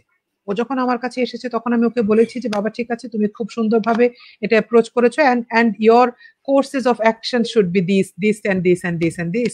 তো এইভাবে যখন আমরা ওকে গাইড করেছি, হি লিসেন টু আস। হ্যাঁ, এবং ইয়া এটা আমি পরবর্তীতে আমার নিজের রিয়েলাইজেশন দিয়ে ওর সাথে কথা বলতে বলতে আমি যেটা বুঝেছি, এটা ছিল ওর পারিবারিক শিক্ষা, ওর ফ্যামিলি এডুকেশন। ইয়া ওর পরিবার ওকে শিখিয়েছে যে এই জিনিসটা যখন তোমার হবে, এক নাম্বার হচ্ছে দেখেন আমরা কিন্তু এই জিনিসগুলোর ব্যাপারে বাচ্চাদের সাথে খোলামেলা কথা বলি না, এবং এই জন্য ওরা এই ইমোশন গুলো হ্যান্ডেল করতে এত বেশি আম, ভুল করে, এত বেশি নার্ভাস ফিল করে, এত বেশি অকওয়ার্ড থাকে, এবং তখনই দে স্টার্ট মেকিং মিস্টেকস। না, তো ও ইয়া যেটা হয়েছিল ওই ছেলেটার, ওর পরিবারে ও এত সুন্দরভাবে এটা নিয়ে কথাবার্তা বলেছে, and he was so confident যে আমি কোনো অন্যায় কাজ করতে পারবো না। এই জি এই এডুকেশনটা পরিবার থেকে আসা উচিত। পরিবার থেকে এগুলো নিয়ে খোলামেলা সুন্দরভাবে কথা বলা উচিত। যেটা এখন অনেক মায়েরা বলে না যে আমরা আমাদের ঘরে যাদের ছেলে সন্তান আছে, আমরা কি ধর্ষক তৈরি করছি? আমরা কি আমাদের ঘরে একজন অ্যাবিউজার তৈরি করছি? ওই রকম পয়েন্ট অফ জি ভিউ থেকে হয়তোবা তার পরিবার তাকে এডুকেট করেছিল, যার কারণে সে এইরকম ভ্যালু নিয়ে একটা মেয়ের ব্যাপারে কথা বলতে পেরেছে। এবং এবং জি তাকে ছোটবেলা থেকে শেখানো যে ফাইন, তোমার যখন তুমি যখন এই এই রিলেশনশিপ গুলোর জন্য অ্যাপ্রোপ্রিয়েট হবে, তখন তোমার কি কি হবে, আর তার প্রিপারেশনের জন্য এখন তোমার কি কি করতে হবে। এখন তুমি কি কি করতে চাইলেই পারবে না, তখনকার জন্য কি কি জিনিসের জন্য তোমার ওয়েট করতে হবে। এরকম ভাবে সুন্দরভাবে তাকে যদি লাইফ কে আমি সুন্দর করে এক্সপ্লেইন করি, তাদের সাথে একটা খোলামেলা পরিবেশ জি থাকে, তখন কিন্তু আমাদের বাচ্চারা কনফিডেন্ট হবে, and at the same time তাদেরকে দিয়ে এই ধরনের অন্যায়গুলো, মিস্টেক গুলো তাদেরকে দিয়েও হবে না, এবং তাদের চারপাশে হলেও তারা রেস্ট্রিক্ট করতে পারবে ইনশাআল্লাহ। জি thank you so much ma'am. আমার মনে হয় এই যে দুটো এক্সাম্পল আপনি দিলেন, আম, এটা মেয়েদের জন্য তো ইন্সপায়ারিং হবেই, প্লাস ছেলেদের জন্য একটা শিক্ষামূলক বিষয় হবে যে we all have mother and sisters in our family, so we have to be respectful to them.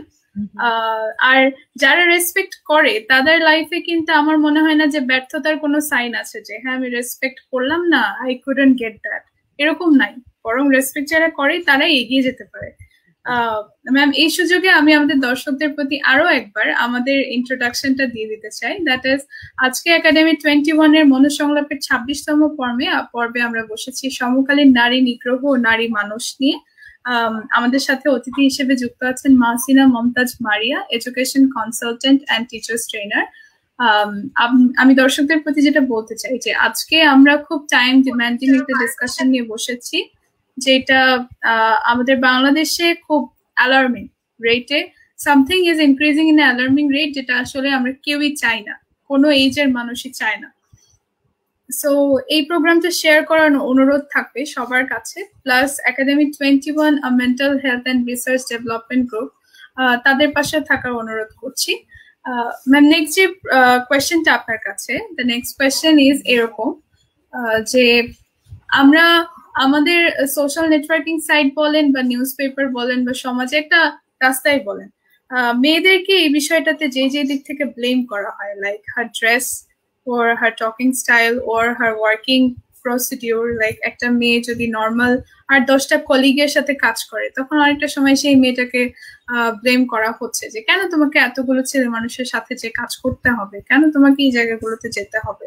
এই যে ব্লেমিং সেক্টর গুলো, এইটা কি আসলে কোনো মেয়ে ডিজার্ভ করে, নাকি we have to like change our perspective to let them live, to let them walk? G. Blame তো আসলে ব্লেম করাটা আসলে আমরা বিভিন্ন কারণে ব্লেম গেমটার সাথে নিজেদেরকে জড়াই। একটা হচ্ছে যখন আমি আর কোনো ওয়ে আউট পাচ্ছি না, অ্যাপারেন্টলি যখন আমার কাছে আর কোনো উপায় নাই, তখন যেটা হয় যে আমি ব্লেম করে বাস নিজেকে একটু শান্তি দিতে চাই। আর আরেকটা যেটা হয়, যখন আমি কাউকে অপছন্দ করছি, যখন আমি কোনো কারণে কারোর এক্সিস্টেন্সটাকে অস্বীকার করতে চাচ্ছি, তখন আমি তাকে কিছু এটা সেটা দিয়ে ব্লেম করছি, ব্লেম করে তাকে একটু পিছিয়ে দেওয়ার চেষ্টা করছি। তো এখানে আসলে সেটাই হচ্ছে না। এগেইন আই উড সে এটা একটা টোটাল সিস্টেম যেটা করাপ্টেড, একটা টোটাল মেকানিজম যেটা স্পয়েলড।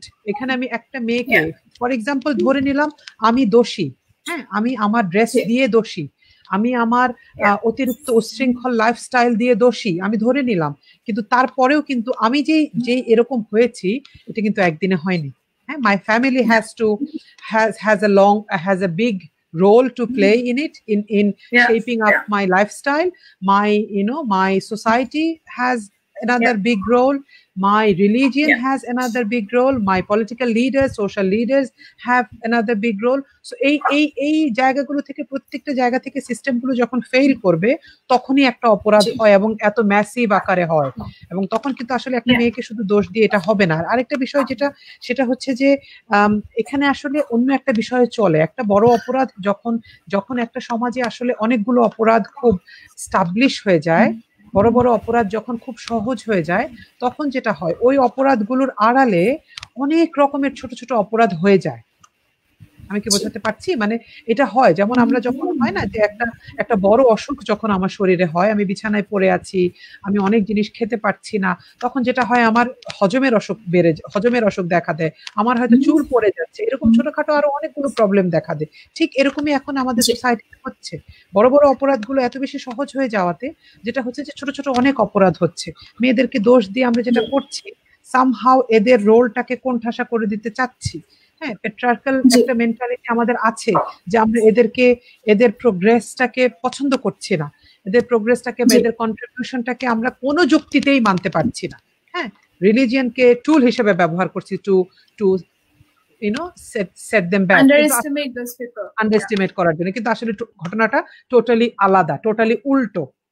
রিলিজিয়নই আমাদেরকে ইমানসিপেশনের জন্য বেশি হেল্প করেছে, বেশি সাপোর্ট দিয়েছে, কিন্তু আমরা সেটা মানছি না। তো এই ধরনের জিনিসই আসলে এখন হচ্ছে। বড় বড় অপরাধগুলো সহজ হয়ে যাওয়ার কারণে আমরা ছোট ছোট জায়গায় যেখান দিয়ে পারছি, আমরা আমাদের মনের হিংসা হোক, মনের ইচ্ছা হোক, একটা কি বলে দুষ্ট একটা মেন্টালিটি হোক, এসবের কারণে আমরা এসব দিয়ে আমরা আমাদের নিজেদের অজ্ঞতাকে, আমাদের নিজেদের অক্ষমতাগুলোকে ঢাকার জন্য আমরা ওদের কে পিছিয়ে হটিয়ে দিতে চাচ্ছি। এটাই হচ্ছে আসলে। জি ম্যাম, আমার মনে হয় যে এখানে আসলে ব্লেমিং এর কোনো পজিটিভ সাইড আছে আমার মনে হয় না। লাইক একটা মানুষকে ব্লেম করে কি হবে, সে কষ্ট পাবে, বাট যে 10টা মানুষ তাকে অ্যাকচুয়ালি হিউমিলিয়েট করেছে তাদেরকে তো আমরা কিছুই বললাম না, ultimately we didn't say anything. Ma'am, একটা বিষয় আপনাকে একটু হাইলাইট করার জন্য অনুরোধ করব, এটা আপনি ক্লিয়ার করবেন, দ্যাট ইজ আমরা সোশ্যাল নেটওয়ার্কিং সাইটে এখন অনেক অ্যাক্টিভ। লাইক আমরা এখন লাইভে বসেছি, we could like talk in a studio, আমরা একটা টিভি স্টুডিওতে যে বসে কথা বলতে পারতাম, বাট আমরা সেটা করছি না, because online is very easy. আপনি একটা জায়গায় বসেছেন, আমি আরেকটা জায়গায় বসেছি, উই ক্যান কানেক্ট। সো এই সোশ্যাল নেটওয়ার্কিং সাইডে এই প্রবলেম গুলোকে নিয়ে আমরা আসলে কি করতে পারি, যেহেতু আমরা বেশিরভাগ সময় অনলাইনে অ্যাক্টিভ? আমরা কিভাবে কন্ট্রিবিউট করতে পারি to develop our social norms and regulations? এখানে আমি বলবো সোশ্যাল নেটওয়ার্কিং সাইটগুলোর রোলটা এখনকার পরিপ্রেক্ষিতে অনেক বড়, তাই না? কারণ এখনকার জেনারেশন যাদেরকে নিয়ে আমরা কথা বলছি এতক্ষণ ধরে, তারা আমি চাই বা না চাই, fortunately or unfortunately, we all are very much attached to this social networking system, social networking sites. তো এখানে আসলে কাজ করার অনেক জায়গা আছে। এখানে যেরকম আমরা যেরকম করছি আজকে, তোমাদের প্রোগ্রামটা যেরকম হচ্ছে, এই ধরনের সুন্দর সুন্দর অ্যাওয়ারনেস প্রোগ্রামগুলো বেশি বেশি করে হওয়া উচিত। প্রত্যেকটা গ্রুপকে নিয়ে আলাদা আলাদা কাজ করা উচিত। যেমন আমরা টিনেজদেরকে নিয়ে কেউ কাজ করলো, কেউ হয়তো বাবা মায়েদেরকে নিয়ে কাজ করলো, কেউ হয়তো শুধু বাবাদেরকে নিয়ে কাজ করলো। এইরকম ভাবে কাজ হওয়ার সুযোগ এবং সাপোর্ট আমরা সোশ্যাল নেটওয়ার্কিং সাইটস গুলোতে বেশি পাবো, তাই না? ফিজিক্যালি তো এই ধরনের কাজগুলো এখন একটু কঠিন, এখনকার সিচুয়েশনে আরো কঠিন। তো সেই জন্য এখানে এই রোলটা অনেক বেশি, আমি বলবো, মানে খুব নন বায়াসড হয়ে যদি অ্যান্সার করি, এখানে অনেক কাজ করার সুযোগ আছে, অনেক বেশি কন্ট্রিবিউশনের সুযোগ আছে। আমাদের যে সমস্ত আমরা ধরো ফর এক্সাম্পল 50টি স্কুল বাংলাদেশে টার্গেট করেছি, যে 50টি স্কুলের স্টুডেন্টসদেরকে নিয়ে আমরা কাজ করতে চাই। আমি কিন্তু সেই 50টি স্কুলে ফিজিক্যালি গিয়ে কাজ করে যত ইজিলি একটা রেজাল্ট ঘরে আনতে পারবো, এখন আমি অনলাইনে বসে সেই হাফ টাইমে সেই কাজটা করে ফেলতে পারবো, তাই না? ইজিলি আমি আমার স্কুলগুলোকে আমার নেটওয়ার্কিং ইয়ের সাথে অ্যাটাচ করতে পারি, একসাথে বসে যেতে পারি, তাদেরকে নিয়ে আলাপ আলোচনা করতে পারি, ওই স্কুলের বাচ্চাদেরকে ইনভলভ করতে পারি। তো এই কাজগুলো আসলে সোশ্যাল নেটওয়ার্কিং সাইটস গুলোর থ্রুতে করা অনেক সহজ, এবং এইটাকে পজিটিভলি কাজে লাগানো উচিত, রাদার দেন আমি শুধু ব্লেম করছি যে সারাক্ষণ ফেসবুক নিয়ে থাকছি, সারাক্ষণ এটা নিয়ে থাকছি, সারাক্ষণ সেটা নিয়ে থাকছে। তো এই জিনিসগুলোর জন্য আমাদের কাজ এইখানে বেশি বেশি হওয়া উচিত, সো দ্যাট আমাদের ফেসবুক টাইমটা বা সোশ্যাল নেটওয়ার্কিং এর সময়টা কিছুটা ফ্রুটফুল হয়। সুযোগটা অনেক বেশি এখানে কাজ করার। জি ম্যাম, আমি আশা করি যে আমাদের সমাজে আসলে এরকম একটা গ্রুপ অফ পিপল আছে যারা কথা বলতে খুব পছন্দ করে। লাইক একটা অ্যালার্মিং সিচুয়েশন তৈরি হলে একটা খুব চাঞ্চল্যকর ফেসবুক স্ট্যাটাস বলি বা একটা স্টোরি বলি, সে লিখে ফেললো, ব্যাস সে মনে হয় সেলিব্রিটি হয়ে গেল। It's a pain truth, but এটা ট্রু। এমন অনেক মানুষ আছে যারা সারাদিনের মাথার মধ্যে এটাই ঘোরানোর চেষ্টা করে যে আজকে আমি কি এমন স্ট্যাটাস দিতে পারি যেটা আসলে একটা গ্রুপ অফ পিপলকে অনেক উত্তেজিত করবে, তারা আমাকে ফিডব্যাকস দিবে, তারা আমার সোশ্যাল নেটওয়ার্কিং সাইটটা আরো পপুলার হবে, আমি হয়তো একটা পপুলার ফেস হয়ে যাব। এন্ড আমাদের বাংলাদেশে কিছু কিছু পপুলার ফেস আছে যারা আসলে এইভাবেই সামনে এসেছে, লাইক কিছু একটা বিতর্কিত জিনিস নিয়ে কথা বলার মাধ্যমেই তারা সামনে এসেছে। ফলে it's a way of getting popularity, যেটা অ্যাকচুয়ালি নেগেটিভ, কিন্তু মানুষ এটাকে খুব লাইক সম্মানের কাজ বলে মনে করছে। এই বিষয়টাকে সামনে আনা আসলে সোশ্যাল নেটওয়ার্কিং সাইটের কথাটা বললাম। এইবার ম্যাম আপনাকে আমি কিছু পরামর্শ দেওয়ার কথা অনুরোধ করতে চাই টু আওয়ার পেরেন্টস, যারা আমাদের অভিভাবক, তাদের প্রতি এই সিচুয়েশনটাতে তাদের প্রতি আপনার কিছু পরামর্শ। জি ধন্যবাদ আসিবা। আসলে এতক্ষণ মোটামুটি কিছু টুকিটাকি কথাবার্তা এসে গিয়েছে, সেগুলোকে হয়তো এখন আবার একটু র্যাপ আপ করবো। সেটা হচ্ছে যে আমি personally as a parent, as a teacher, as an educationist, আমি যেটাতে অনেক বেশি বেশি বেশি মাত্রায় বিশ্বাস করি, সেটা হচ্ছে পারিবারিক শিক্ষা, ফ্যামিলি এডুকেশন। একটা বাচ্চা কি পরিবেশে বেড়ে উঠছে সেটা তার জীবনে, আমি জানি না আমি যারা শুনছেন তারা আমার সাথে এগ্রি করবেন কিনা, একটা বাচ্চার লাইফটাকে শেপ আপ করার জন্য, মোল্ড করার জন্য, একটা বাচ্চার তার পরিবারের শিক্ষাটা তার জীবনে মোর দেন 60% রোল প্লে করে, আরো বেশি, কোনো কোনো ক্ষেত্রে অনেক বেশি। আমি কখনো কখনো আমার মনে হয় যেন এটা 80-90 ভাগ রোল প্লে করে একটা পরিবার তাকে কিভাবে শিক্ষিত করছে।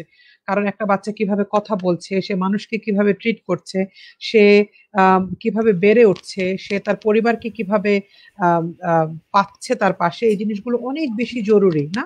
এখন আমরা যখন বড় হয়েছি, আমরা এখন অন্যান্য জায়গায় গেলে বুঝি আমাদের 10 জন কলিগের মধ্যে যে একজন কলিগ সে যেরকম করে রিয়্যাক্ট করছে কোনো কিছুতে, যেরকম করে কোনো কিছুতে তার নিজের অপিনিয়নটা দিচ্ছে, সেটা দেখার সাথে সাথে কিন্তু আমাদের মাথায় এটা আসে যে সে তার পরিবার থেকে এই জিনিসটা শিখেছে।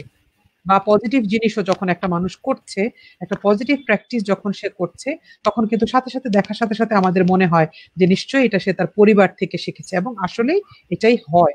তো এই জন্য আসলে আমার কাছে মনে হয় পরিবারের থেকে একটা বাচ্চাকে রেডি করে দেওয়ার ব্যাপারে, রেডি করে দেওয়াটা একটা এই দুনিয়ার একটা one of the very big task. এটা অনেক বেশি দরকার।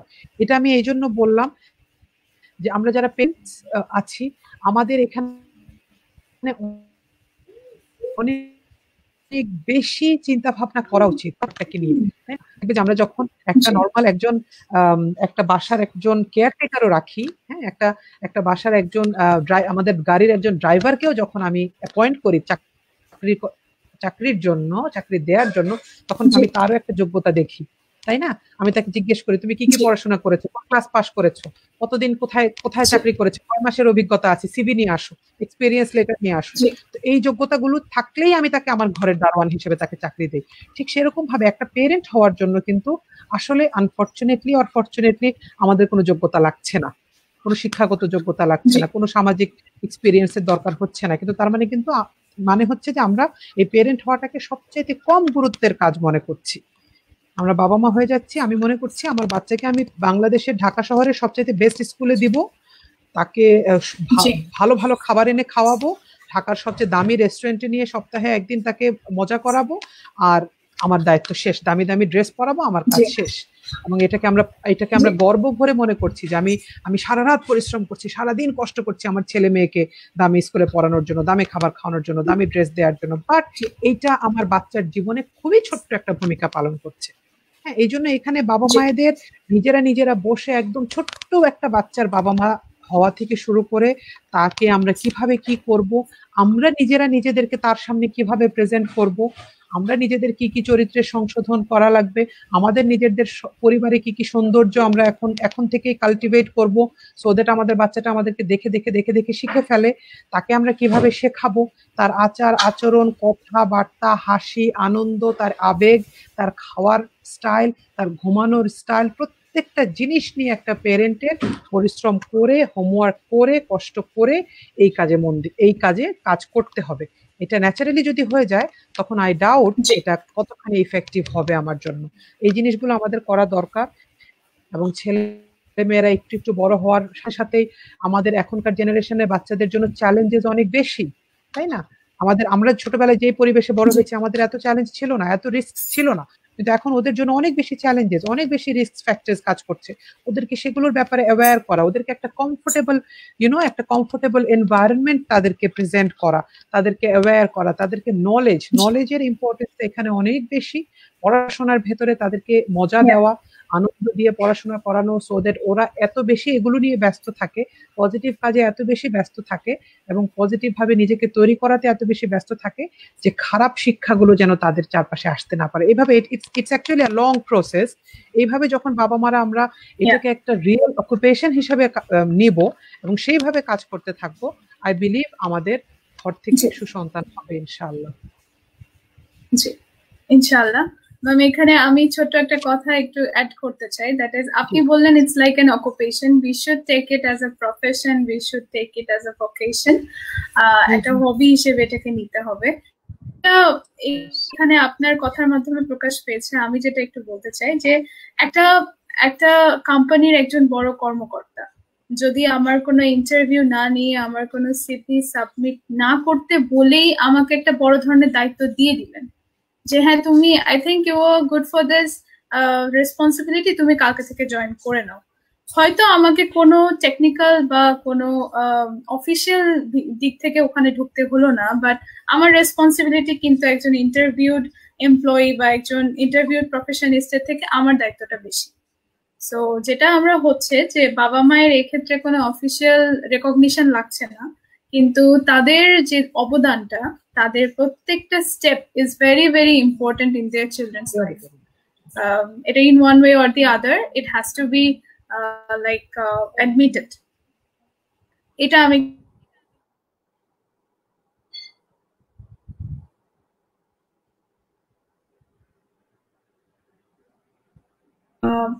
সমকালীন যে নারী নিগ্রহ চলছে সেই ব্যাপারে in one way or the other ভয়ে আছে বা কিছুটা কনফিউশনের মধ্যে আছে বা ইনফেরিয়রিটির মধ্যে আছে, এইসব মেয়েদের প্রতি একটা সাপোর্ট, এন্ড যেসব মেয়েরা অলরেডি কনফিডেন্ট তাদের কনফিডেন্স লেভেলটাকে আরেকটু বুস্ট আপ করার জন্য আমরা বসেছি, তাই না?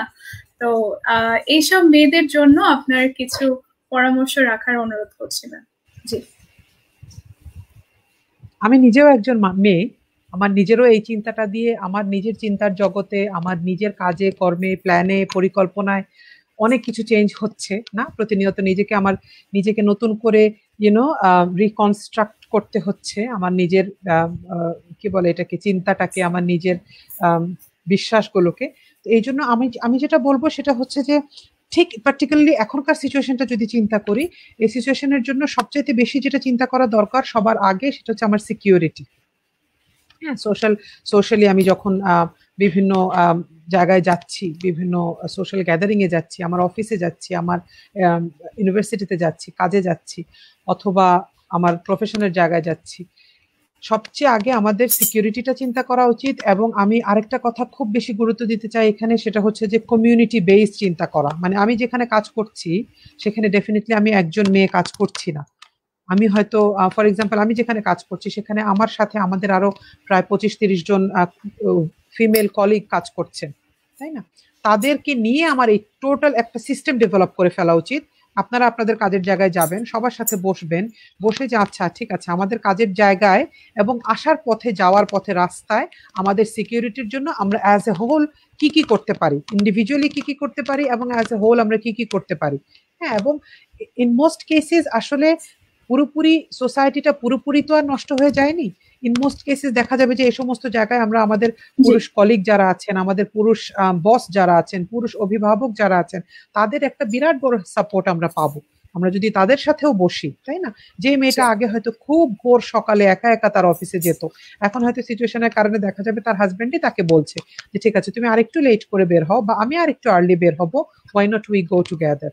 এরকম ভাবে কিছু সেফটি মেজার নেওয়া এখন খুব জরুরি দরকার, এবং কিছু সেফটি স্টাফ নিজের সাথে রাখা, যে ইন কেস আমার যদি এরকম বিপদ হয়ে যায় তাহলে আমি কি কি করতে পারি, আমার কি কি করা উচিত, সেটাও আরো 3-4 জনের সাথে কনসাল্ট করে পরামর্শ করে, কারণ অনেক সময় আমরা ওই মুহূর্তে বুঝতে পারি না যে আসলে আমার কোনটা আমার জন্য হেলদি। এটা একটা বিষয়। আরেকটা বিষয় হচ্ছে ছোট মানুষ যারা, ছোট অল্প বয়সী যারা বিভিন্ন জায়গায় যাচ্ছে, স্কুলে যাচ্ছে, টিউশনসে যাচ্ছে, কলেজে যাচ্ছে, তাদেরকেও বড় পরিবারের সদস্যরা যারা আছেন, মা, খালা, ফুপি, নানু, দাদু যারা যারা আছেন, তাদের এই ব্যাপারটাতে তাদেরকে অ্যাওয়্যার করা উচিত যে তোমার সাথে যেটা হচ্ছে সেটা কিরকম কিরকম হচ্ছে, তুমি আমাদেরকে বলতে পারো। এইটা নাসিবা, এটা একটা অনেক জরুরি জিনিস। আমাদের মেয়েদের ভেতরে দেখা যাবে যে এটা গবেষণা যদি আমরা করা হয়, মেজরিটি মেয়েরা বাসায় এগুলো বলতে পারে না। হ্যাঁ, তাদের ওই ওই ওই স্পেসটা বাসায় নেই, ওই কমফোর্ট জোনটা বাসায় নেই। সেই জন্য এইটার মাইন্ডসেট তৈরি করাটা কিন্তু আগে দরকার, যে আমার বাচ্চাটার সাথে যাই হচ্ছে না কেন সে কনফিডেন্টলি এন্ড কমফোর্টেবলি আমার কাছে এসে বলছে কিনা, বলতে পারছে কিনা, সেটার একটা জায়গা তৈরি করা। হ্যাঁ, এবং আরেকটা মজার জিনিস তুমি জানো কিনা আমি জানি না, যে একটা রিসার্চ হয়েছে রিসেন্টলি যে 92% মেয়েরা কিন্তু পরিবারের এবং তার কাছের চেনা জানা মানুষের দ্বারা নিগৃহীত হয়। আমরা কিন্তু মনে করছি রাস্তা দিয়ে যাচ্ছে, বখাটেরা করছে, এটা করছে, সেটা করছে, তা কিন্তু না। এত বড় একটা পার্সেন্টেজ যখন আমার চারপাশ থেকে হচ্ছে, তার মানে আমার চারপাশেই কিছু না কিছু আমার জন্য বিপজ্জনক জিনিস তো রয়ে গিয়েছে। তো সেই ক্ষেত্রে কিন্তু আসলে আমি আমার বাচ্চাটাকে ওইরকম কমফোর্টেবল একটা মাইন্ডসেট যদি ওকে না দিতে পারি, যে তোমার সাথে যাই হোক না কেন, সেটা তোমার মামা হতে পারে, তোমার চাচু হতে পারে, তোমার বাবাও হতে পারে, in some cases, I am sorry আমাকে করতে হচ্ছে, we have ample examples. We have to talk about this. Ultimately, we have lots of examples. Exactly. So এই জায়গাগুলোকে যখন আমি আমার বাচ্চাকে চিনিয়ে দিচ্ছি এবং এট দ্য সেম টাইম তাকে সেই কমফোর্টটা দিচ্ছি যে তুমি যে কোনো কিছু হলে আমাকে এসে বলতে পারো, তার সাথে খোলামেলা কথা বলছি, তখন যেটা হবে যে এই ছেলে মেয়েগুলো যারা এই বিপদগুলোতে ফেস করছে তারা সাহস করে বলতে পারবে। তুমি যেটা একদম শুরুতে বলেছিলে যে আমাদের অনেকের সাথে আমাদের চাইল্ডহুডে এরকম হয়েছে, আমরা অনেকেই কিন্তু বলিনি। অনেক মেয়েদেরকে দেখা যাবে আজও পর্যন্ত, যে মেয়েটার এখন বয়স 30, যে মেয়েটার এখন বয়স 35, তাকে তুমি জিজ্ঞেস করো, সে বলবে আমি এই 35 বছর ধরে এই ঘটনাটাকে লুকিয়ে আসছি। এটা কিন্তু হেলদি না। এই জিনিসগুলো তৈরি হওয়া দরকার, এই পরিবেশগুলো তৈরি হওয়া দরকার। তখন যেটা হবে যে ওরা নিজেরাই ভালো ফিল করবে এগুলো নিয়ে বলতে, এবং একটা মেয়ের মুখ ফুটে বলা মানে কিন্তু আর 10টা মেয়ের ওই সিকিউরিটি সিস্টেমটা এনহ্যান্স করা, যাতে আর 10 জন এই বিপদে না পড়ে। সেইগুলো করা উচিত, যাতে এখনকার আমরা যারা বাইরে যাচ্ছি আমাদের সিচুয়েশনটা একটু বেটার হয় ইনশাআল্লাহ। ম্যাম এই ক্ষেত্রে আরেকটা বিষয় যে আমাদের সোসাইটিতে শুধু যে মেয়েরাই হিউমিলিয়েটেড হয় বিষয়টা এমন না, আমরা শুধু এই বিষয়টা নিয়ে আসলে বসিনি। দ্য থিং ইজ, এমন অনেক এক্সাম্পল আছে যেখানে ছেলেরাও হিউমিলিয়েটেড হচ্ছে। এমন অনেক ছেলে আছে যা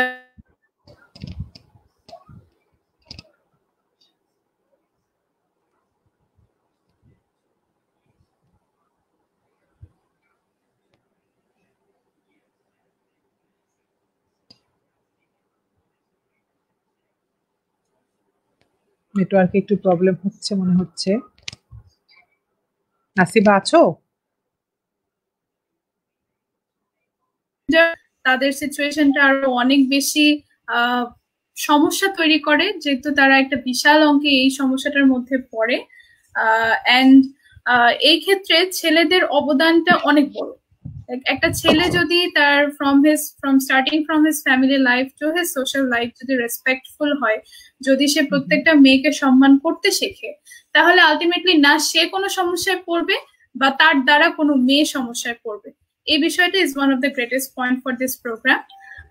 ম্যাম এবার লাস্ট আরেকটা বিষয় আপনাকে একটু হাইলাইট করার অনুরোধ করবো, যেহেতু আপনি একজন টিচার্স ট্রেনার অ্যান্ড এডুকেশনিস্ট, আপনার প্রফেশনাল ভিউ থেকে আপনার মতো যারা টিচার বা এই ধরনের এডুকেশনের সাথে যারা কাজ করেন, এই সমস্যাটা বা এই সোশ্যাল অ্যালার্মিং সিচুয়েশনটার ক্ষেত্রে তাদের করণীয় বা তাদের অবদানটা কি হতে পারে, এন্ড সেটা আসলে কতটা গুরুত্বপূর্ণ?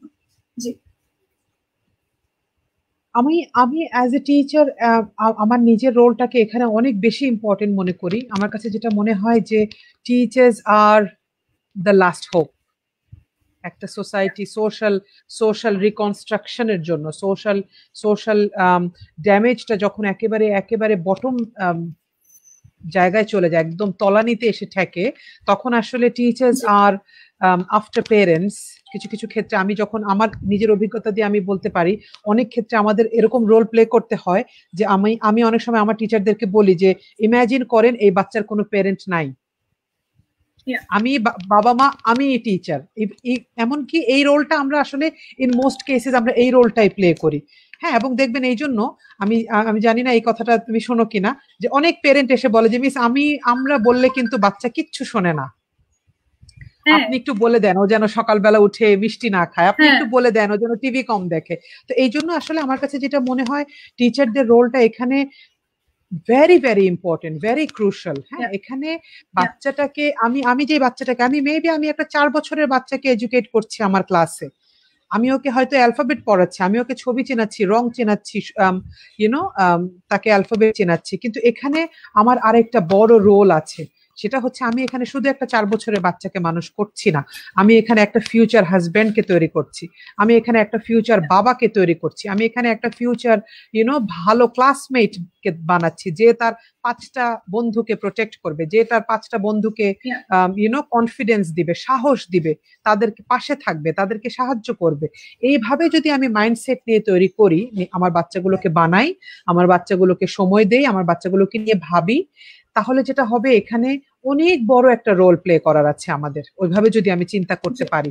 এই কথাটা আমি সবসময় বলি, আমার সমস্ত টিচার ট্রেনিং এর সমস্ত জায়গায় আমি বলি যে একটা বাংলাদেশের জন্য কিন্তু একজন শেখ মুজিবই যথেষ্ট ছিলেন, তাই না?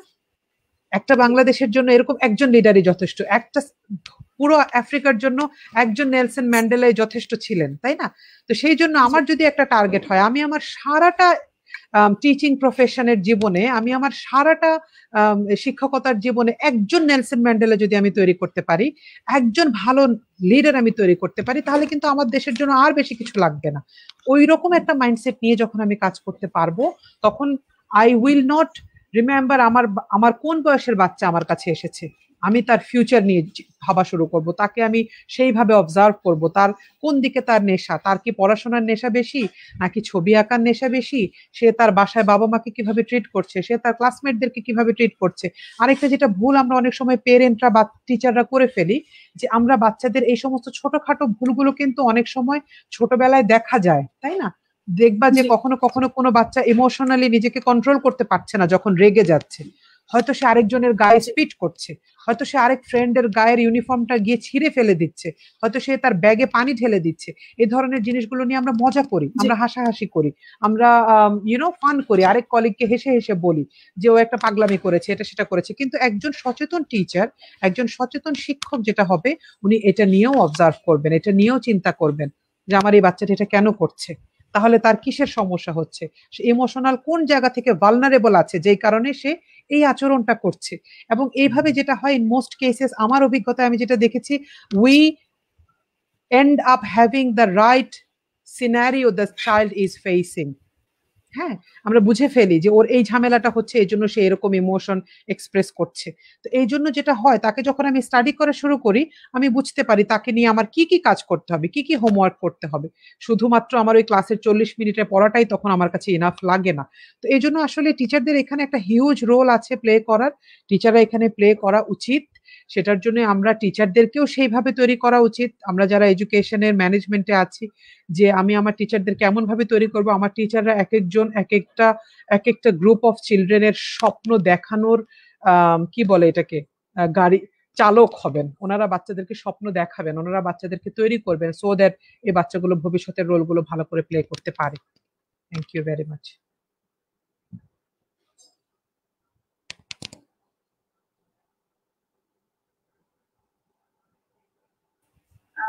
জি ম্যাম, থ্যাংকস আ লট।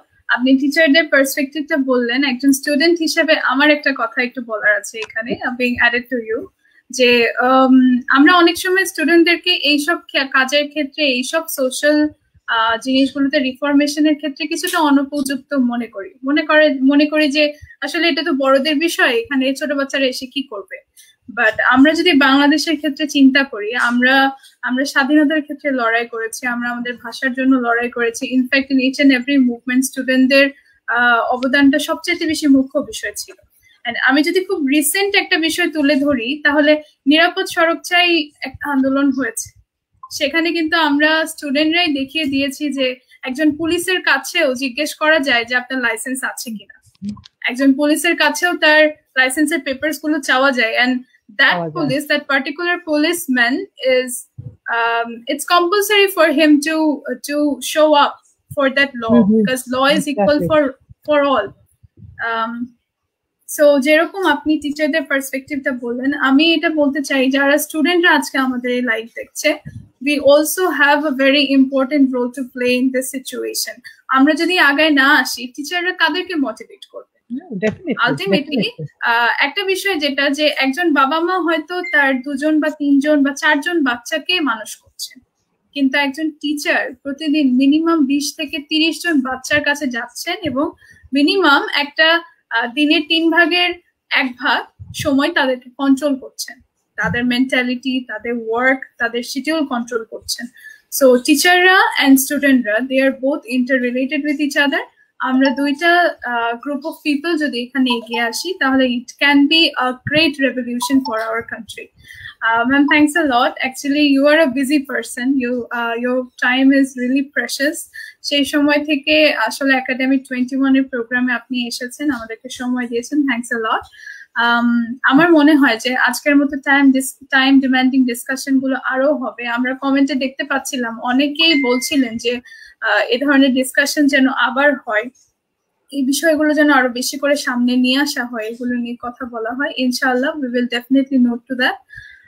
আজকের প্রোগ্রামে ভিউয়ার্স এন্ড এরপরেও যারা দেখবে সবার জন্য আপনার কিছু মেসেজ, এন্ডিং মেসেজ দেওয়ার জন্য আমি অনুরোধ করছি। জি ma'am. Thank you very much. আমারও খুব ভালো লেগেছে আজকে তোমার সাথে কথা বলতে পেরে, সবার সাথে কিছুক্ষণ ছিলাম একাডেমি 21 এর সাথে। আমি শেষ মেসেজটা এটাই দিব towards you, towards the generation you represent. হ্যাঁ, তোমরা ছাড়া, তোমাদের জন্যই আসলে আমাদের এত কিছু না, এই যে এত কথাবার্তা বলা, এই যে এত এত স্বপ্ন, এত প্ল্যান, এত প্রোগ্রাম, এত নিজেদেরকে ঠিক শুধরানো, এত নতুন করে চিন্তা করা, এত নতুন নতুন পলিসি মেকিং এর চিন্তা করা, সবটারই মূল উদ্দেশ্য এটা। আমরা একটা বেটার বাংলাদেশ চাই, আমরা একটা সুন্দর বিশ্ব চাই, যেখানে তোমরা সুন্দরভাবে বাঁচতে পারবে, যেখানে তোমাদের আমাদের মতন ভুলগুলোকে বারবার দেখতে হবে না। আমরা চোখে যেরকম অন্যায় দেখছি, অপরাধ দেখছি, দেখে দেখে সহ্য হয়ে যাচ্ছে, আমরা যেভাবে বিনা অপরাধে মারা যাচ্ছি, বিনা অপরাধে জীবন দিচ্ছি, এই জিনিসগুলো যেন তোমাদেরকে দেখতে না হয়। এরকম একটা পৃথিবীর জন্যই আমাদের এত কিছু, এত স্বপ্ন। এবং তুমি যেটা আরেকটা খুব মজার একটা কথা বলে একটা খুব জরুরি রিমাইন্ডার দিলে আমাদেরকে, সেটা হচ্ছে যে তোমাদেরকে দিয়ে যে সম্ভব সেটা তোমরা দেখিয়েছো, যেটা আমরা নিরাপদ সড়ক আন্দোলনে দেখেছি না, বাংলাদেশে কোনো আইন, কোনো মানুষ, কোনো শাস্তি, কোনো কিছু যেটা করতে পারে নাই, সেটা এই জেনারেশনটা করে দেখিয়েছে। এই জন্য আসলে তোমাদের জন্য আমার পার্সোনালি, আমার পক্ষ থেকে বা আমার জেনারেশনের পক্ষ থেকে তোমাদের জন্য ভেরি বিগ স্যালিউট, যে তোমরা পারবে ইনশাআল্লাহ। তোমাদের জন্যই এত কিছু। হয়তো আমরা বেঁচে থেকে দেখে যেতে পারবো না, কিন্তু be united, be strong, educate yourself with right education for both the worlds. আমি দুনিয়াতেও একজন পারফেক্ট হিউম্যান বিইং হতে চাই, একজন পারফেক্ট নলেজেবল স্মার্ট মানুষ হতে চাই। আমি মৃত্যুর পরে যার কাছে চলে যাব আজীবনের জন্য, তার সামনে গিয়ে দাঁড়ানোর জন্যও আমি একজন পারফেক্ট হিউম্যান বিইং হতে হবে। এই প্রিপারেশন গুলো মাথায় রেখে আমরা নিজেদেরকে তৈরি করব, এবং আমরা তোমাদেরকে আমাদের জায়গায় দেখে ইনশাআল্লাহ শান্তিতে তোমাদেরকে জায়গা ছেড়ে দিয়ে চলে যাব ইনশাআল্লাহ। সেই দিনের জন্য অপেক্ষা করছি। তোমাদের জন্য অনেক অনেক অনেক শুভকামনা এবং দোয়া রইল। দোয়া করবে। Alhamdulillah, inshallah ma'am, we will be able to fulfill your dreams and our dreams as well. আজকে আপনাকে অনেক ধন্যবাদ জানাচ্ছি। The presentation you gave us was really informative and helpful, and it was interesting, আমি বলবো, because নর্মালি যখন বড়রা কোনো কথা বলে আমরা কিন্তু শুনতে কিছুটা, আমাদের মোস্ট অফ দি পিপল কিছুটা বিরক্ত হয়, আমাদের জেনারেশনের যারা। বাট আমি অ্যাজ আ প্রত্যক্ষদর্শী আমি বলবো, your talking, your point of view was really interesting and interrelating. আমার মনে হচ্ছিল না যে আমার চেয়ে এত সিনিয়র কেউ কথা বলছে, আমার মনে হচ্ছিল it's something you're like a friend, your like a teacher, যার সাথে সবকিছু শেয়ার করা যায়, and we can be together. Thank you so much ma'am for attending in today's program. আমরা আশা করছি যে একাডেমি 21 এর আরো অনেক প্রোগ্রামের সাথে আমরা আপনাকে পাবো ইনশাআল্লাহ in the near future. আমি আমাদের দর্শকদের কাছেও আজকের মতো বিদায় নিতে চাই। আজকে আমরা অনুষ্ঠানের একেবারে শেষ পর্যায়ে চলে এসেছি। আজকে একাডেমি 21 এর 26 নম্বর পর্বে আমাদের আলোচনার বিষয় ছিল সমকালীন নারী নিগ্রহ, নারী মানুষ। আজকে আমাদের সাথে অতিথি হিসেবে ছিলেন Mahsina Momtaz Maria, education consultant and teachers trainer. ম্যামকে অনেক ধন্যবাদ জানাচ্ছি, এবং আমাদের দর্শক যারা এতক্ষণ ধরে আমাদের সাথে স্বতঃস্ফূর্তভাবে অংশগ্রহণ করেছেন, আমাদের প্রোগ্রামটা আপনাদের জন্যই। আপনারা ভালো থাকবেন, সুস্থ থাকবেন, এবং সমাজকে সর্বোপরি সুন্দর রাখার চেষ্টা করবেন প্রত্যেকটা মানুষের জন্য। আপনাদের প্রতি শুভকামনা রেখে আজকের মতো বিদায় নিচ্ছি। আল্লাহ হাফেজ। আল্লাহ হাফেজ। সালাম আলাইকুম।